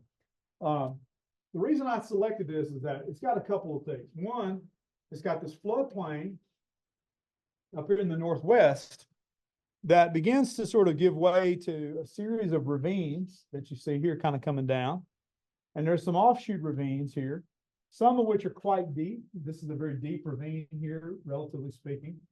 This one, by comparison, just to its left, would be sort of a shallow ravine right in here. So these little nooks kind of come down. Then notice how as you climb up out of these ravines onto the tops of these hills, you get into these narrow ridge lines, right? These narrow ridge lines kind of like right in here. These narrow ridge lines then get broader and broader as you move to the southeast, and they get into this fairly broad open sort of plain or broad sort of plateau. So this area is quite broad and sort of undulating, almost flat. This is narrow, and it gets down into a sort of a slide slope down into that ravine. Each of these different positions would give you different types of oak-dominated forest types, or oak-dominated woodland types, or oak-dominated savanna types. The more closed it is, the more protected, the more broken land it is, the more you would expect your naturally closed forest types. Progressively, as you get into this area where it's more open and flat, like up here around Golden Pond, you would expect to be possibly as open as a savanna historically. So let's walk through that a little bit. I'm going to show you one more map here. Actually, I'm going to go, similar logic here. This is from the Cheatham Wildlife Management Area. Again, the deepest ravines down here, you would expect your most protected forest. As you get up onto these ridge lines, drier type oak systems, and then you get on in the most sort of widest ridges here, you probably would never get anything that's quite open and flat enough to support a savanna. That's sort of one of the key determining factors. If you go back and forth between these, look at how poorly dissected this large upland tableland is here. That is where you might expect savannas to have occurred naturally, versus here how finely dissected kind of everything is. You really don't get enough flat to rolling topography to experience sort of open grassland when it's that finely dissected and chopped up, okay? And this is basically the same scene as this topographic map. This is kind of the same scene. You can see here, not a lot of flatland development. It's very up and down, very dissected. Okay, so let's start in those deep ravines. In these areas, and I'll cover this first type and we'll take a break. This is a sort of typical landscape that you might see in some of these sort of some of the ravines like you see here, these deep ravines. And so you've got these fire protected landscapes, variety of trees in here. You've got white oaks and beech trees in here. This is an old beech tree snag right there. There's probably a little bit of northern red oak, but it's definitely an oak dominated canopy. You're going to have some rich wildflowers, particularly in the spring coming up, some shrub development, as we've talked about, subcanopy species and all that. But it's a little bit, compared to the South Central Interior Mesophytic Forest, there are some key differences. Number one, definite dominance by oak trees instead of dominance by non-oak species like black walnut, beech, tulip poplar, magnolias, walnuts, and those other species. A definite shift more toward oak dominance in this particular system.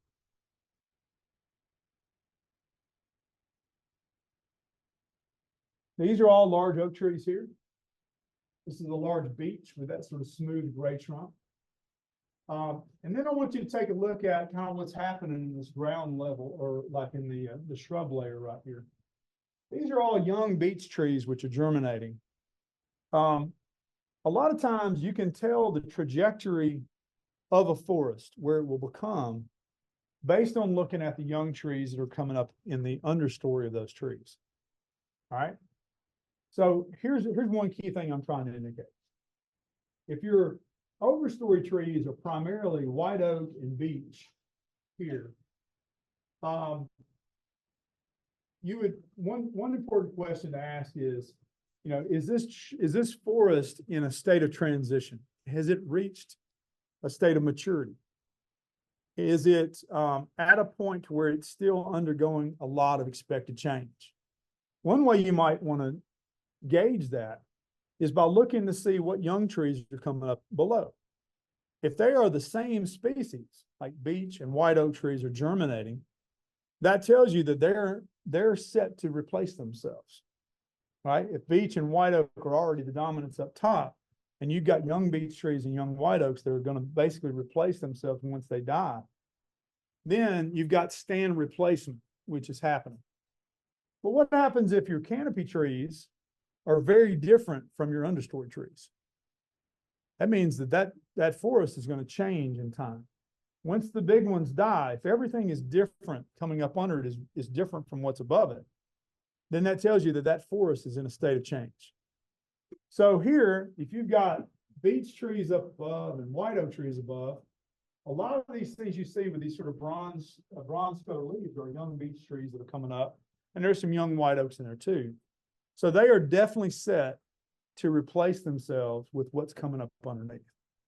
This is a really, really important but very basic concept in ecology, because today when we walk out to a lot of types of areas that are dominated by trees, we see that the species that are above us are not reproducing at all. And it's kind of a warning sign. Like many species of oak trees, for example, are not even reproducing anymore. They're not capable of reproducing in certain settings.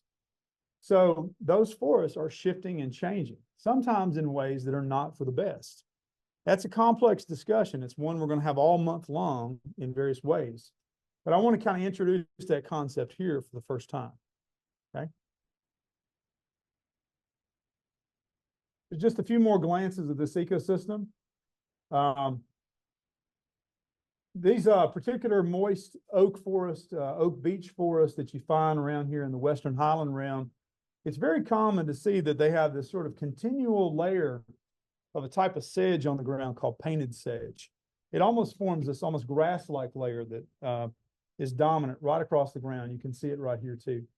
And if you happen to be a plant buff, it's called Carex picta, which is the painted sedge. Some of the key species in these moist oak-dominated forests are white oak, Quercus alba. Another common oak in these is the northern red oak, Quercus rubra. Together, those two are really the common oaks of your moist oak forest. Notice that your white oaks, and I'm gonna leave you with this, and then we'll take a break. Your white oaks tend to have two characteristics that really stand out. Well, before I say that, let me make this point. So in Tennessee, there are roughly about 20 species of oak trees, okay, and about 20 species of oaks. Very important group for ecology, for understanding forest ecology. Very important group of trees for wildlife management, forest and timber industry, et cetera. So within about these 20 species of oaks that we have, they roughly divide into two major groups, okay? There are the white oaks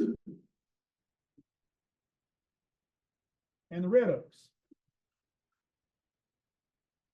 And the white oaks and the red oaks are not capable of hybridizing with each other. But within the white oaks, of which there are probably about 10 species or so, all white oaks can hybridize with each other. Okay, so if you have a white oak, it can cross with a chestnut oak can cross with a chinkapin oak can cross with a bur oak. Why? Because they're all types of white oaks.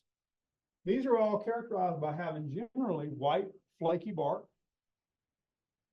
and they have leaves that have a rounded sort of lobe here. Okay, so white, flaky bark. In most examples, I'm going to show you one exception in a minute, and then usually rounded leaf lobes. One other factor is they have sweet acorns, which means that they're very relished by species like deer, squirrels, turkeys, bear. A lot of species rely on acorns, and the acorns that fall every fall, which we call mast, M-A-S-T, that acorn crop is very important for wildlife. Now, by comparison then, the red oaks include about 10 species, and they can cross with each other, but again, these two groups do not hybridize with each other. The red oaks cannot cross with the white oaks. So these, by comparison, have typically dark bark, dark blackish or grayish bark. Usually they have these silvery ridges that you see up and down the tree trunk. Okay, the dark bark, often, but not always, with silvery ridges. Okay, the leaves tend to have pointed lobes, and the lobes tend to have a little hair-like bristle at the tip of that. You see that? A little hair-like bristle. So they have sharp lobes that are bristle-tipped.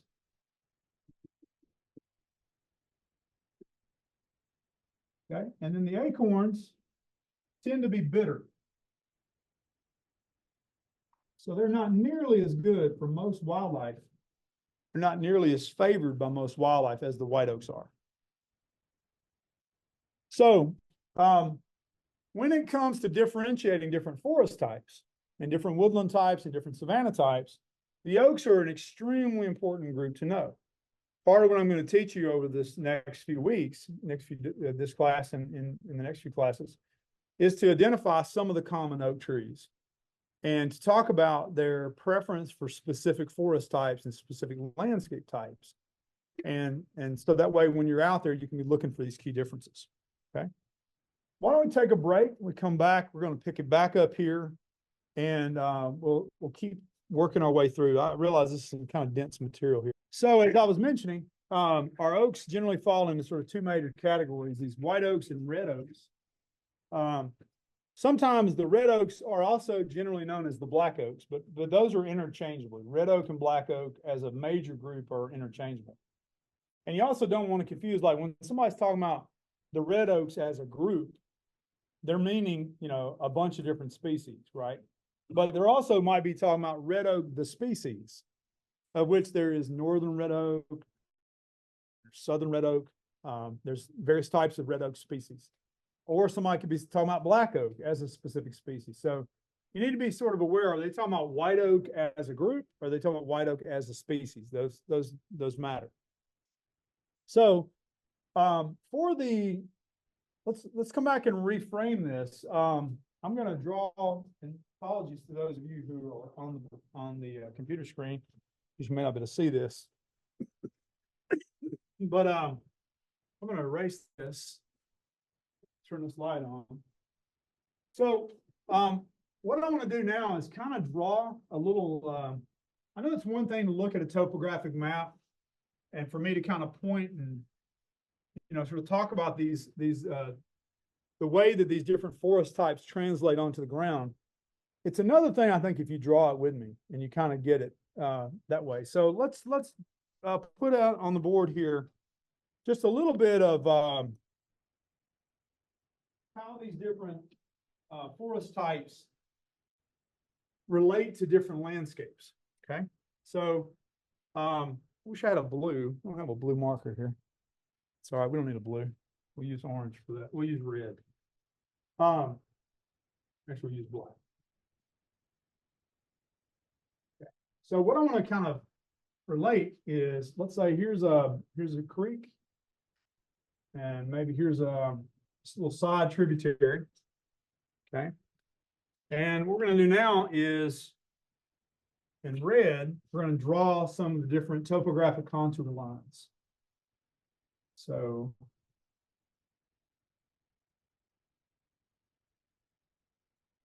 something like that.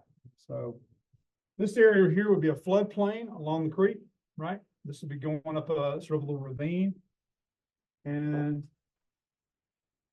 I'm going to draw a few of these. Something like that. So we're going to start first in this ravine, okay? That's where we're going to have the most protected forest. And so the most mesophytic conditions are going to be there. So over here on the right, if I'm making sort of a table of forest types, we're gonna list the ones that sort of the most mesophytic, and I'm gonna draw this sort of kind of like a purple stippling.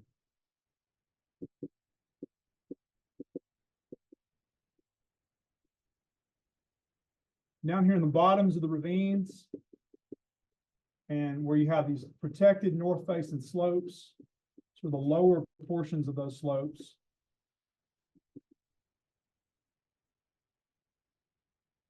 This is the area where there's going to be most moisture retention and sort of the deepest parts of the ravines. All right. Notice that I'm specifically not stippling in the areas on the south-facing slopes, and I'm not climbing too high up on these lateral ridges yet. So I'm really keeping this vegetation type is down in these ravines. All right. So this type that I'm showing here would be your, and we're going to write the name of the ecological system up here. Southern ILP, Interior Low Plateau, dry-mesic oak forest ecological system, okay? Now within that, as I said, this is hypervariable, and I want to help you understand where you would find the different variations on which different topographies, okay? So it's in these ravines, and we're going to tie these to landforms in. So let's put our landforms on here. On the sort of ravines and north-facing slopes, all right? In that particular setting is where we would expect the most mesophytic conditions. Let's give this type of name. Let's call this a, we'll kind of give it our own name. Let's call it a mesic oak forest, right? Now, based on what I've said, the major oak species in this particular type of oak forest are going to be white oak, and northern red oak. Okay. And you also might expect species like beech or sugar maple or tulip poplar. But typically in terms of the most abundant trees are going to be oaks, right? That's what makes it part of the sort of dry-mesic oak forest ecological system. Now, let's just take a look at a couple of images of some of the other oaks. I've introduced you now to the northern red oak, previously to the white oak. Let's look at northern red oak for a minute. Generally, this one has very well developed sort of silver traces, silver ridges up and down its trunks. Oftentimes very sort of large, straight trunks. And notice that the lobes on the northern red oak are kind of shallow. They don't really go all the way down to that middle vein. Now, this is not a field botany class, so I'm trying to steer clear of giving you too many species level indicators, and I'm trying to keep it at a sort of a higher level to where you can just associate different species with different types of communities. And that's sort of a fine line. Here, on the other hand, is the black oak, which is often also in these types of communities. Notice these, the trunk here doesn't have so many of those real nice, straight silver ridges. It's got more of an even sort of gray-black kind of color to it. It's got deeper lobing. And if you were to look at those acorn cups, notice how the cup covers about half the nut. And notice that these scales at the tip are free. They're kind of loose at the edges. Right? They form a roughened margin. Versus if you go back to the northern red oak, the cup only covers about a third of the entire acorn. They're real tightly oppressed all the way around the tip. So just some of these general features. And next time you're out in the woods, just take a look at the acorns and the trees and the bark and just start trying to notice some of those differences. But all in these sort of mesic oak forests, right? The mesic oak forest down in the ravines in the North Slope, you could have white oak or northern red oak or black oak, as well as beech and tulip poplar. You can also have a variety of hickories, like the pignut hickory, for example, which has these sort of little stalked hickory nut. See that? It's got that little stalk at the base, almost kind of like a reverse pear shape. So you can have hickories in here. There's your tulip poplar with those sort of funny shaped leaves in the upper left. And you can have the beech tree with this very smooth gray trunk. Notice these very serrated margins to the leaves here. Nice straight veins.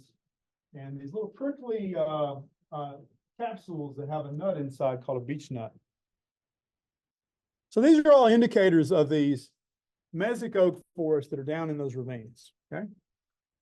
Now what we want to do though is let's bring it up in the watershed a little bit. Okay. So let's climb from let's say down in these ravines. Let's bring it up onto these shoulder slopes that you might see up here to the left and right of these ravines. If you're looking at this topographically, we're going to bring it out of these ravines up onto these sort of narrow ridges and shoulder slopes.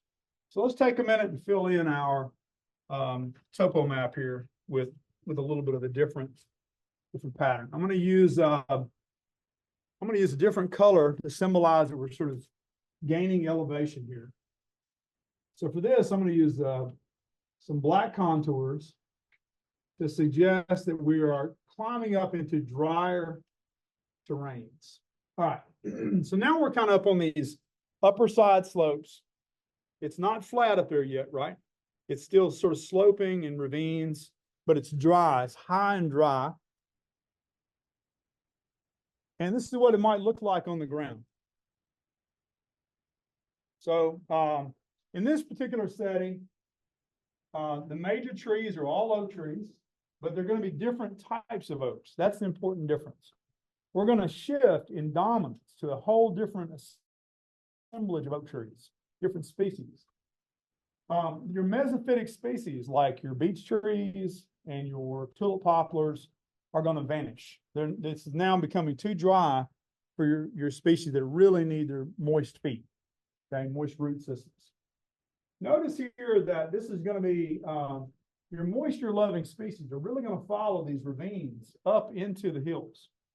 And then as you get up off of those ravine bottoms, like onto the adjacent side slopes, you'll progressively get higher and higher into drier and drier conditions. So everything's kind of tightly focused around these side slopes of these sheltered ravines. Okay. Just a couple of other pictures here. You can see some large oak trees here, some scattered hickories in here as well. All right. Some of your oaks, like your white oak, can perfectly grow across this divide. It can be in your moist examples down here, and it can come all the way up onto the ridgetop. So white oak has broad ecological amplitude is the way I would state that. Okay, broad ecological amplitude. Just what in the hell are you trying to say, Dr. Preston? Well, basically, it could tolerate a broad range of ecological conditions, from dry to moist, from shady to sunny, from a ravine bottom to a top of a ridge. Black oak, though, is really going to begin to pick up in this habitat. And the drier it gets, it likes even more dry conditions. Species like your hickories, you're going to see some turnover. The hickories that you had in sort of your more moist environments, they'll begin to switch over into other hickories that sort of favor dry site conditions. You're going to start to pick up other dry site species like black gum, for example, called sylvatica. This is a tree that is characterized by these sort of smooth edged leaves. You can see these little clusters of hangings or bluish berries that usually occur in clusters of 2 or 3. And the bark is usually very, very blocky. These trees become very hollow, and so they make good den sites for a lot of small mammals. One of the key defining characteristics of this is that the silhouette of this tree, if you look at the branches, the side branches are really usually very small, and they grow at 90-degree angles to the main trunk. So in the forest, these trees can be easy to identify because of all those little twigs and branches growing straight out at 90 degrees from the tree trunk.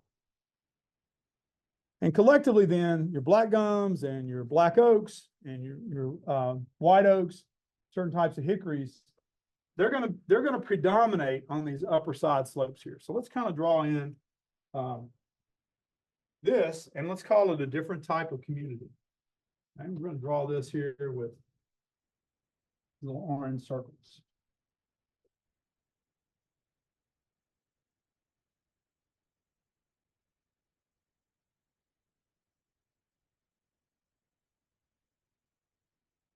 Notice that it's on the upper slopes.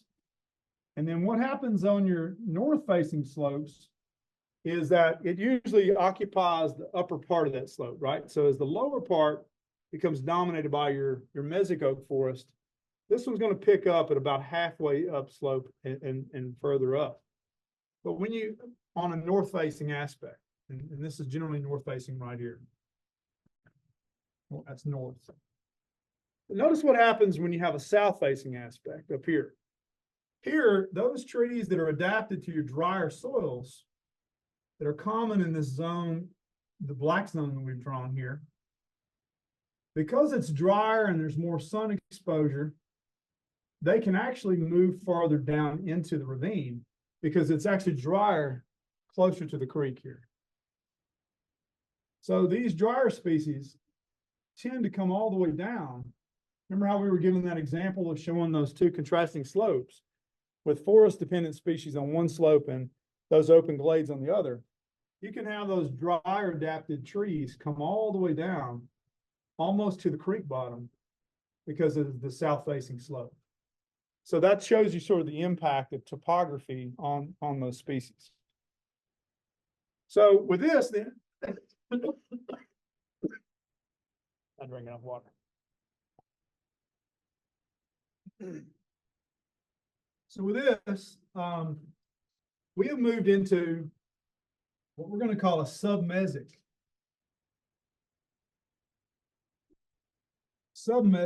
oak forest. And we could even probably call this dry to submesic. So it's a gradation between dry conditions and something less than moist. Okay, this is a common way to kind of write this: dry to submesic. Now, what we're doing here is we're building out a gradient, right? Eventually, we're going to go to dry, or what we call xeric. So you would go from the moist end of the spectrum all the way to very dry. Okay.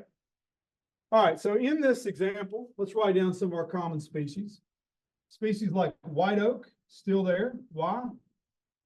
Why is white oak able to grow in both the dry submesic as well as the mesic example? Matthew?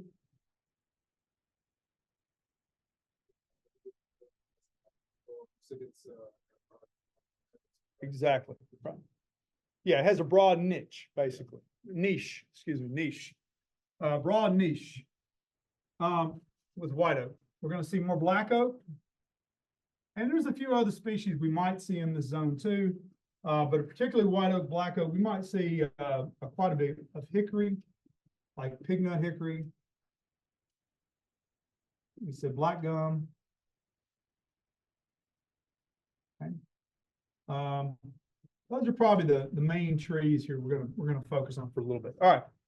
Next up, let's keep going. And I'm gonna show you here's sort of an example of that kind of forest you could see here, like along the Natchez Trace Parkway. Now what we want to do is come up higher in the watershed. So what we've just done basically is with the first sort of layer, we've shown you everything that's down in here. Now we've kind of grown up into these sort of higher elevations here. Now what we want to do is kind of take it up onto these ridge lines, these narrow ridges right there. Let's take a look at that. So for this, let's add in a few more contour lines. Okay.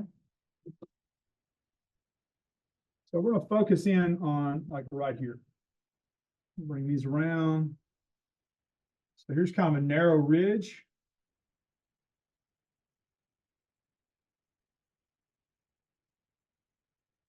And it's up on these narrow ridges, particularly this one here that I've drawn. Maybe there's another one over here. We're going to focus in on just that ridge line. And for that, let's use sort of red stipple.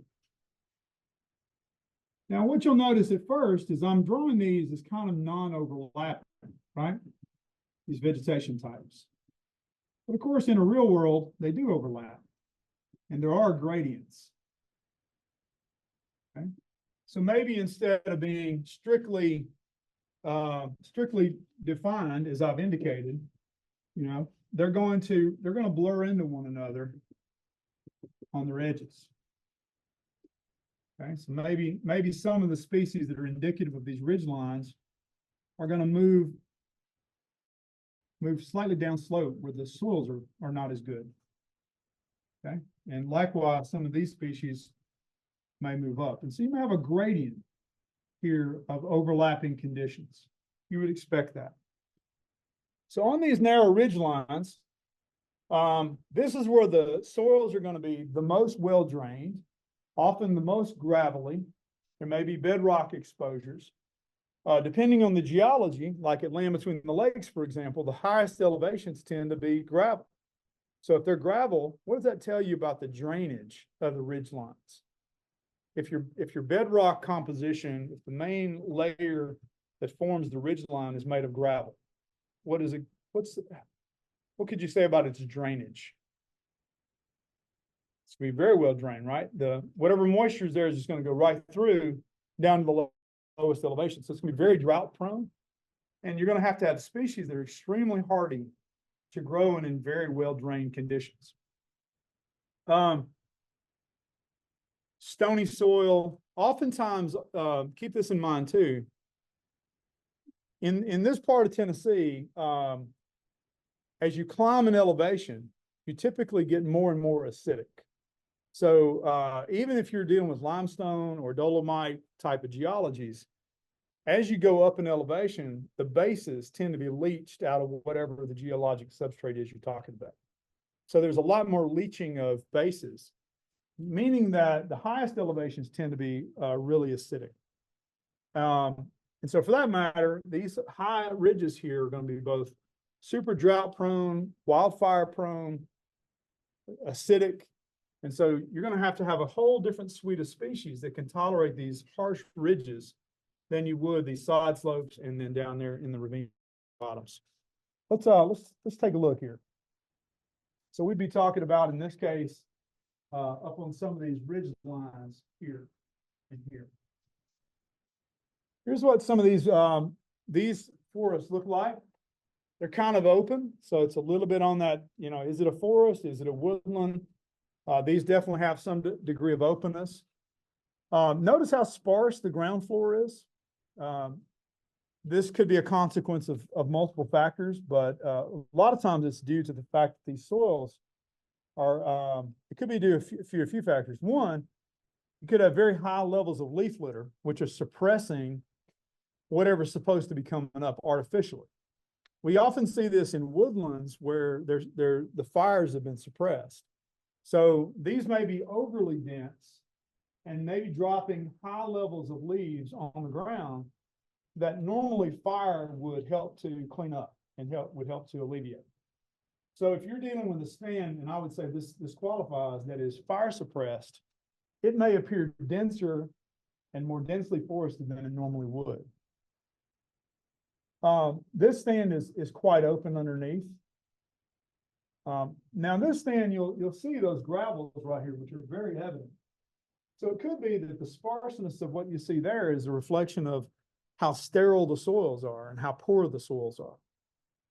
Okay. All right. So in these real stony types of situations up on the highest levels, these very poor soils, we often have a completely different type of oak. And this is a type of white oak that defies one of those characteristics that I mentioned to you that white oaks have. So white oaks have typically three features: rounded lobes with no bristle, whitish flaky bark, and sweet acorns. So this has sweet acorns. It has rounded lobes, but notice that bark is very dark and blocky, very much like one of the red oaks.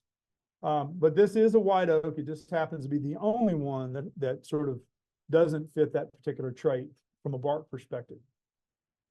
So this common oak, which is very common on these dry, rocky, gravelly ridges, is called chestnut oak. And that's one of the ones we would see up on these ridges. Another oak which we would see is the scarlet oak. Now, a couple of the key features here is that scarlet oak has these very deep, sort of almost like you've taken an ice cream scooper and you've scooped out the sides of these leaves, leaving these big sort of what we call sinuses, just like you have sinuses.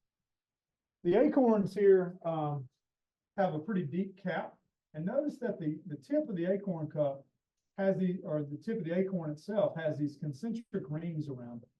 That's a diagnostic feature for the scarlet oak. Now, just like with the side slopes and the ravines, though, you also can have things like white oaks in here because white oak has a very broad ecological amplitude. You can also have black oak because it also has a broad ecological amplitude. But you can get other species like southern red oaks in these dry woods. Again, lots of hickories in these as well. Some of the same kinds of trees. So let's stop here to just define this type real quick. So we're going to call this a xeric. Let's call it a xeric oak forest. Let's go up here. We have one more type after this. Xeric oak forest. And I'm going to add and woodland here because it's kind of getting at that separation line between something that is truly a forest versus truly a woodland. And we're going to define woodland probably next class and really focus on woodlands in the next class.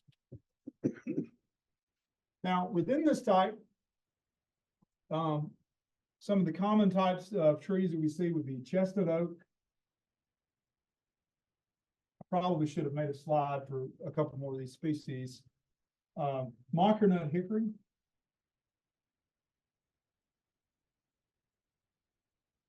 Sourwood.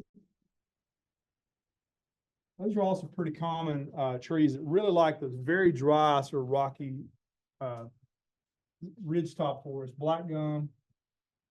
And then, as I mentioned, you can also still have things like white oak, black oak, and species like southern red oak. Okay. So those are up on those xeric ridgelines. Now let's take this one step farther, and let's now bring it to the sort of to the southeast here a little bit. You might expect that that same ridgeline oak, or the same xeric oak forest and woodland community would sort of occupy these areas all up on these ridges, including around here, kind of down through here, right?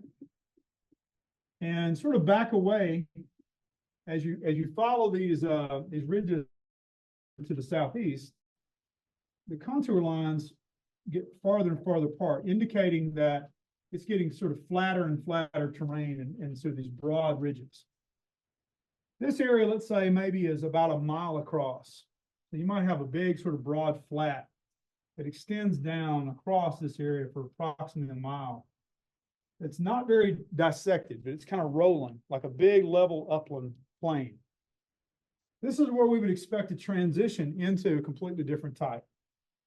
And in this case, we're gonna call this type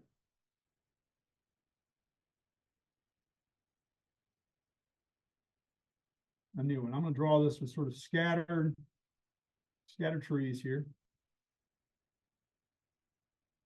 Okay. Just a few trees per acre. All right. This type is what we're going to call our xeric oak woodland. Actually, let's give it xeric oak savanna dash woodland. Okay. So let's introduce this one real quick.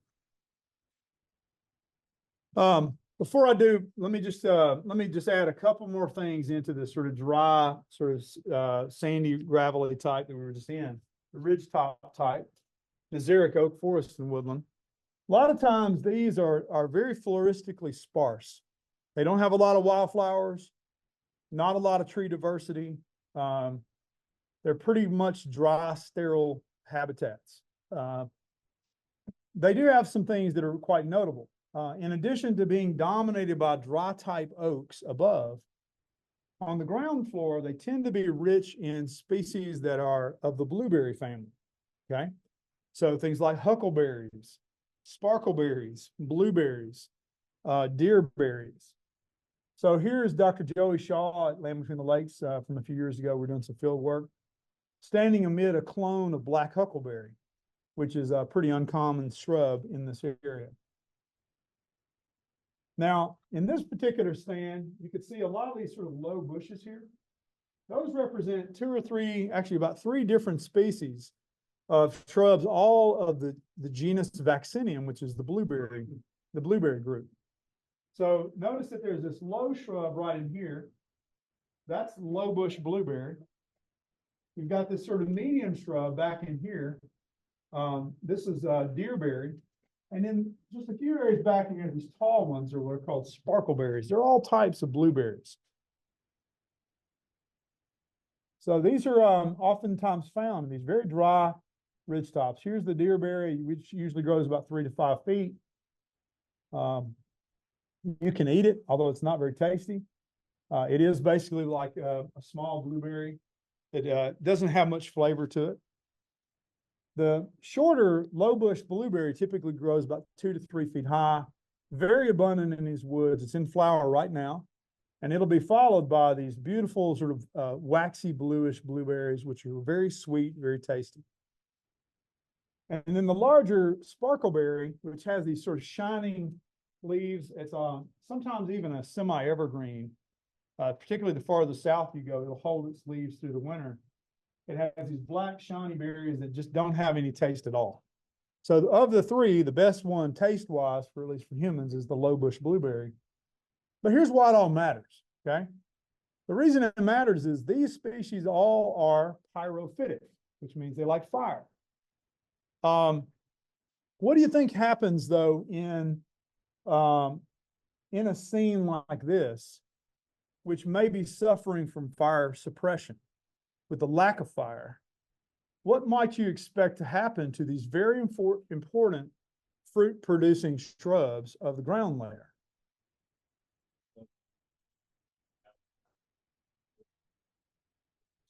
They could get choked out. That's a great lead in, Jacob. So here what we see in this particular case, an extremely fire suppressed example where fire naturally is supposed to return to these woodland ridges about every 5 to 7 years based on some of the recent research that's been done there. But if you don't have enough fire, these shrubs switch off from being able to reproduce sexually to asexual reproduction. So how would shrubs switch? What might that look like if they're reproducing asexually?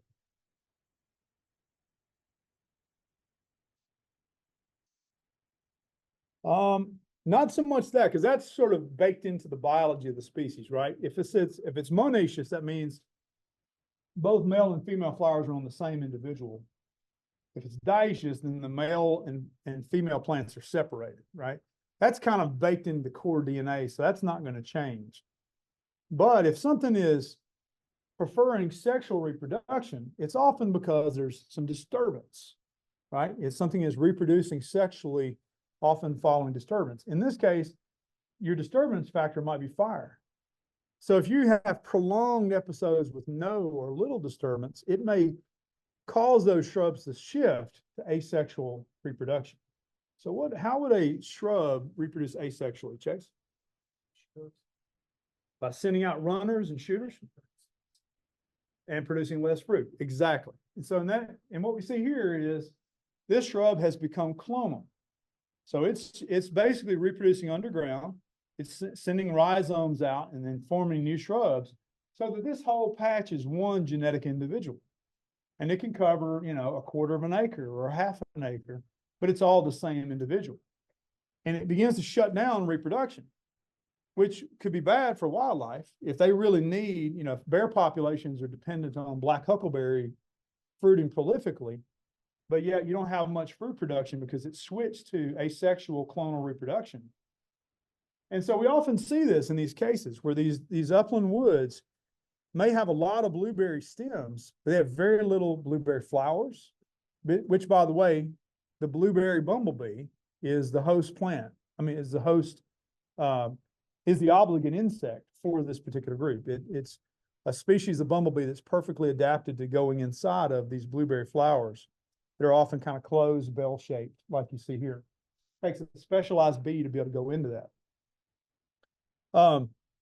And one other thing that we often see here, in addition to switching off from not having enough fruit production, is we see vines begin to really predominate on the ground floor, particularly two that are really just they're both native, but we see a lot of poison ivy beginning to creep across the ground. And we see a lot of greenbrier, which is an important forage plant for white-tailed deer. But too much of these things can actually build up and be not a good thing. So we see these particularly, along with the shutting down of fruit production in these types of dry oak forests that are not being stimulated with enough natural disturbance like fire as they should be. Okay, now what I want to do is let's switch off to one last type here. And I don't want to say one last type because we have lots of types actually. So there's actually two types here I want to put on this map still. I thought there was just one. So let's imagine then that in addition to those that we put here, we're about to illustrate this xeric oak savanna woodland. I'm going to go ahead and put one more on here, which is what we're going to call our let's call it our dry-mesic calcareous oak forest. Okay. So all that we've been talking about so far are generally sort of removed away from cliff lines and away from edges where they're exposed to exposures of limestone. Okay. So if we go back here just for a second, what do I mean by that? I mean that the types we've been talking about are generally back up in these hills, up in these ravines, they're kind of up in these side slopes or up on these narrow ridge lines. If we were to bring it out to here where the main river is cutting into the geology, it exposes limestone layers. And those exposures of limestone layers means that those forests and woodlands are tapping into different types of minerals and elements that they might not be back here. And let's talk about why that is for a second. In these hills back here, one of the things that we often see is that if this ridge line is dominated by gravel, let's say, is that gravel going to stay there, or is it going to move? It's going to move, right? It's going to, just through the natural process of erosion, a lot of these sand and gravel fragments may carry farther down slope onto lower elevations, right? So what that means then is that you can have, go over here and take a look. Let's illustrate this here. What I mean by that is, Chase, would you mind hitting that light for me, please, sir? Let's say that you have a cross section of a hill. This one or this one? Just the main overhead. No, the other one there. Yeah. So let's say you've got sort of a cross section of a hill, and then here's sort of a ravine, something like that. Okay, and so you've got your ravines kind of coming down like that. Imagine then that these lowest layers here are your limestones. Let's put a big L for limestone here and here. Okay. Maybe you got a real thin layer of shale in here. We'll put an S.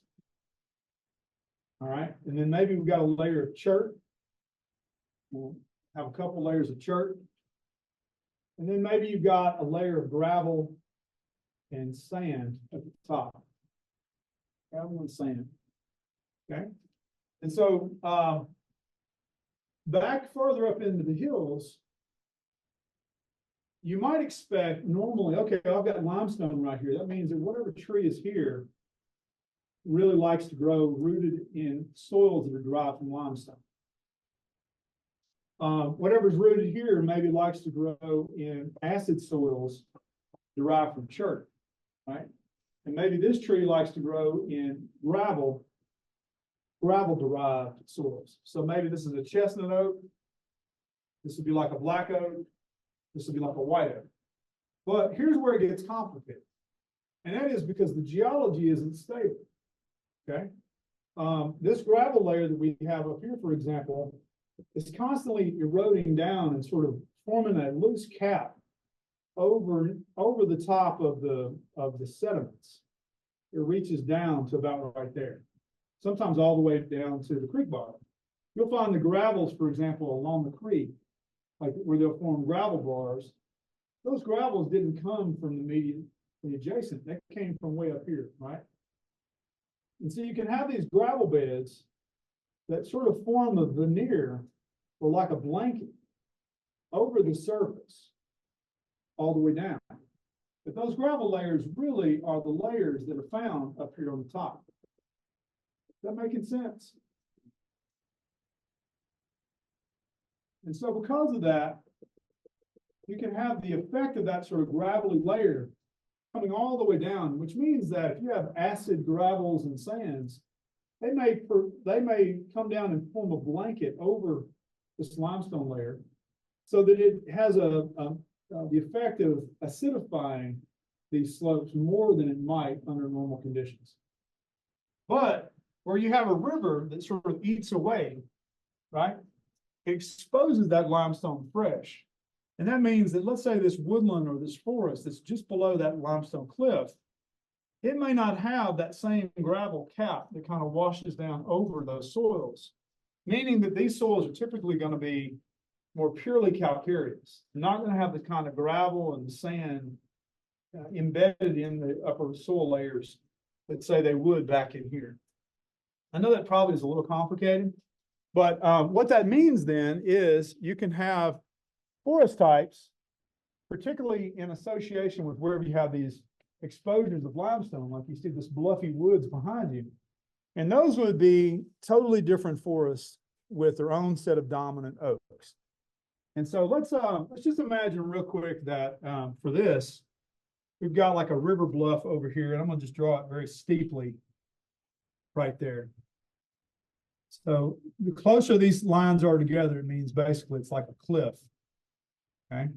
And then let's imagine that just below that cliff is the river kind of looping around like so.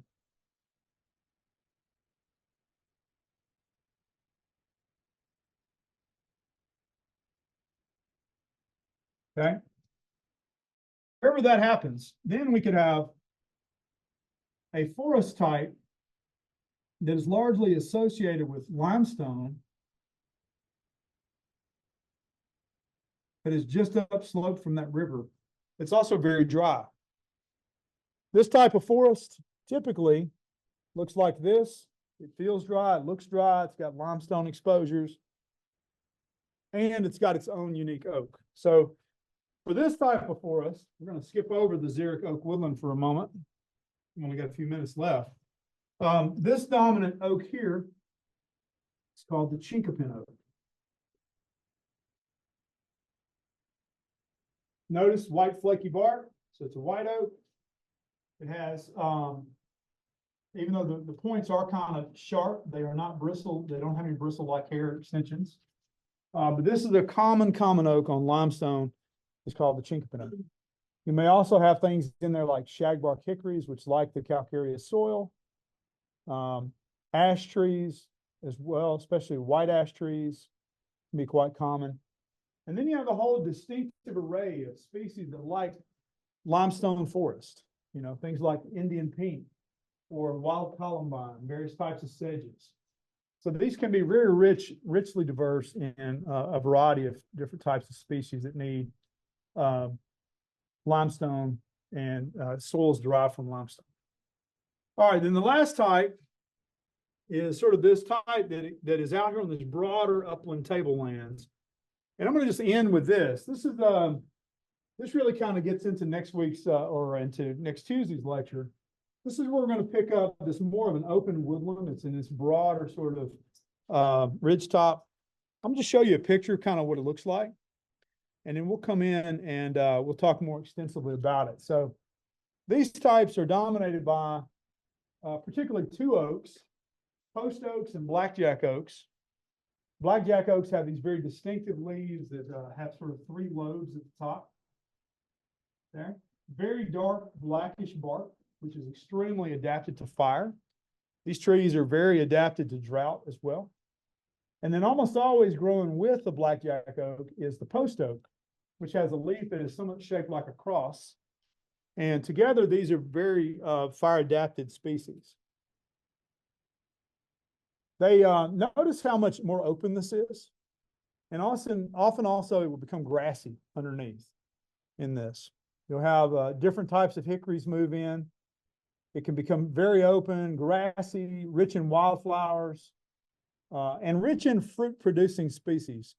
Think about bigger wildlife and bigger animals like bears and, species that require fleshy fruits like small apples, like our native crab apple, hazelnuts. A lot of flowering shrubs also can be quite diverse in these types of areas. But the real key indicator is you get a lot more grass development and you get a lot more development of what we call forbs, F-O-R-B-S. These are broadleaf wildflowers that are particularly adapted to flowering, not in the spring when we see a lot of forest species in flower, but rather they tend to flower in the summer and fall. We'll go back and hit these later, but like some of these are really obligate to needing a lot of light and a lot of grasses on the ground. And what do you think, and this is to conclude, what do you think the grasses really add here that's different from these other types of communities farther downslope? What do the grasses add? It really it's a defining part of this community. What is it? Tender source? Yeah. These are very fine fuels. You know, if you're gonna start a fire, right, is it easier to y'all ever try to start a fire with, the flint and steel? You know, if you were to try to go up with a flint and steel to a piece of like a dead log, right? And just, you'd sit there all day and trying to get that thing to catch on even the driest log, right? Because it doesn't have enough surface area. It's not enough fine fuels. But if you try to get you a good cluster of this, poverty oat grass that's really dried out and sit there and hit your flint and steel into that, I mean, there's all kinds of surface area there. And the fuels are so small and fine that it can catch fire very rapidly. But it's not enough just to have some of this. You have to have those fuels connected. It can't just be a discrete clump of grass here and here, separated by bare ground or bare gravel. It has to be a continuous sort of layer of grass. And then all of a sudden you have what's needed to carry fire across that surface. So when we get into woodlands, next class period, this is where we're going to pick it up. We're going to start talking about this specific type. And basically what I've tried to do here more or less is sort of illustrate what I'm seeing right here, right? And this last group that we're going to talk about starting next Tuesday is what happens when you get up on this broad tableland. That's when we're going to begin to introduce the concept of woodlands and savannas.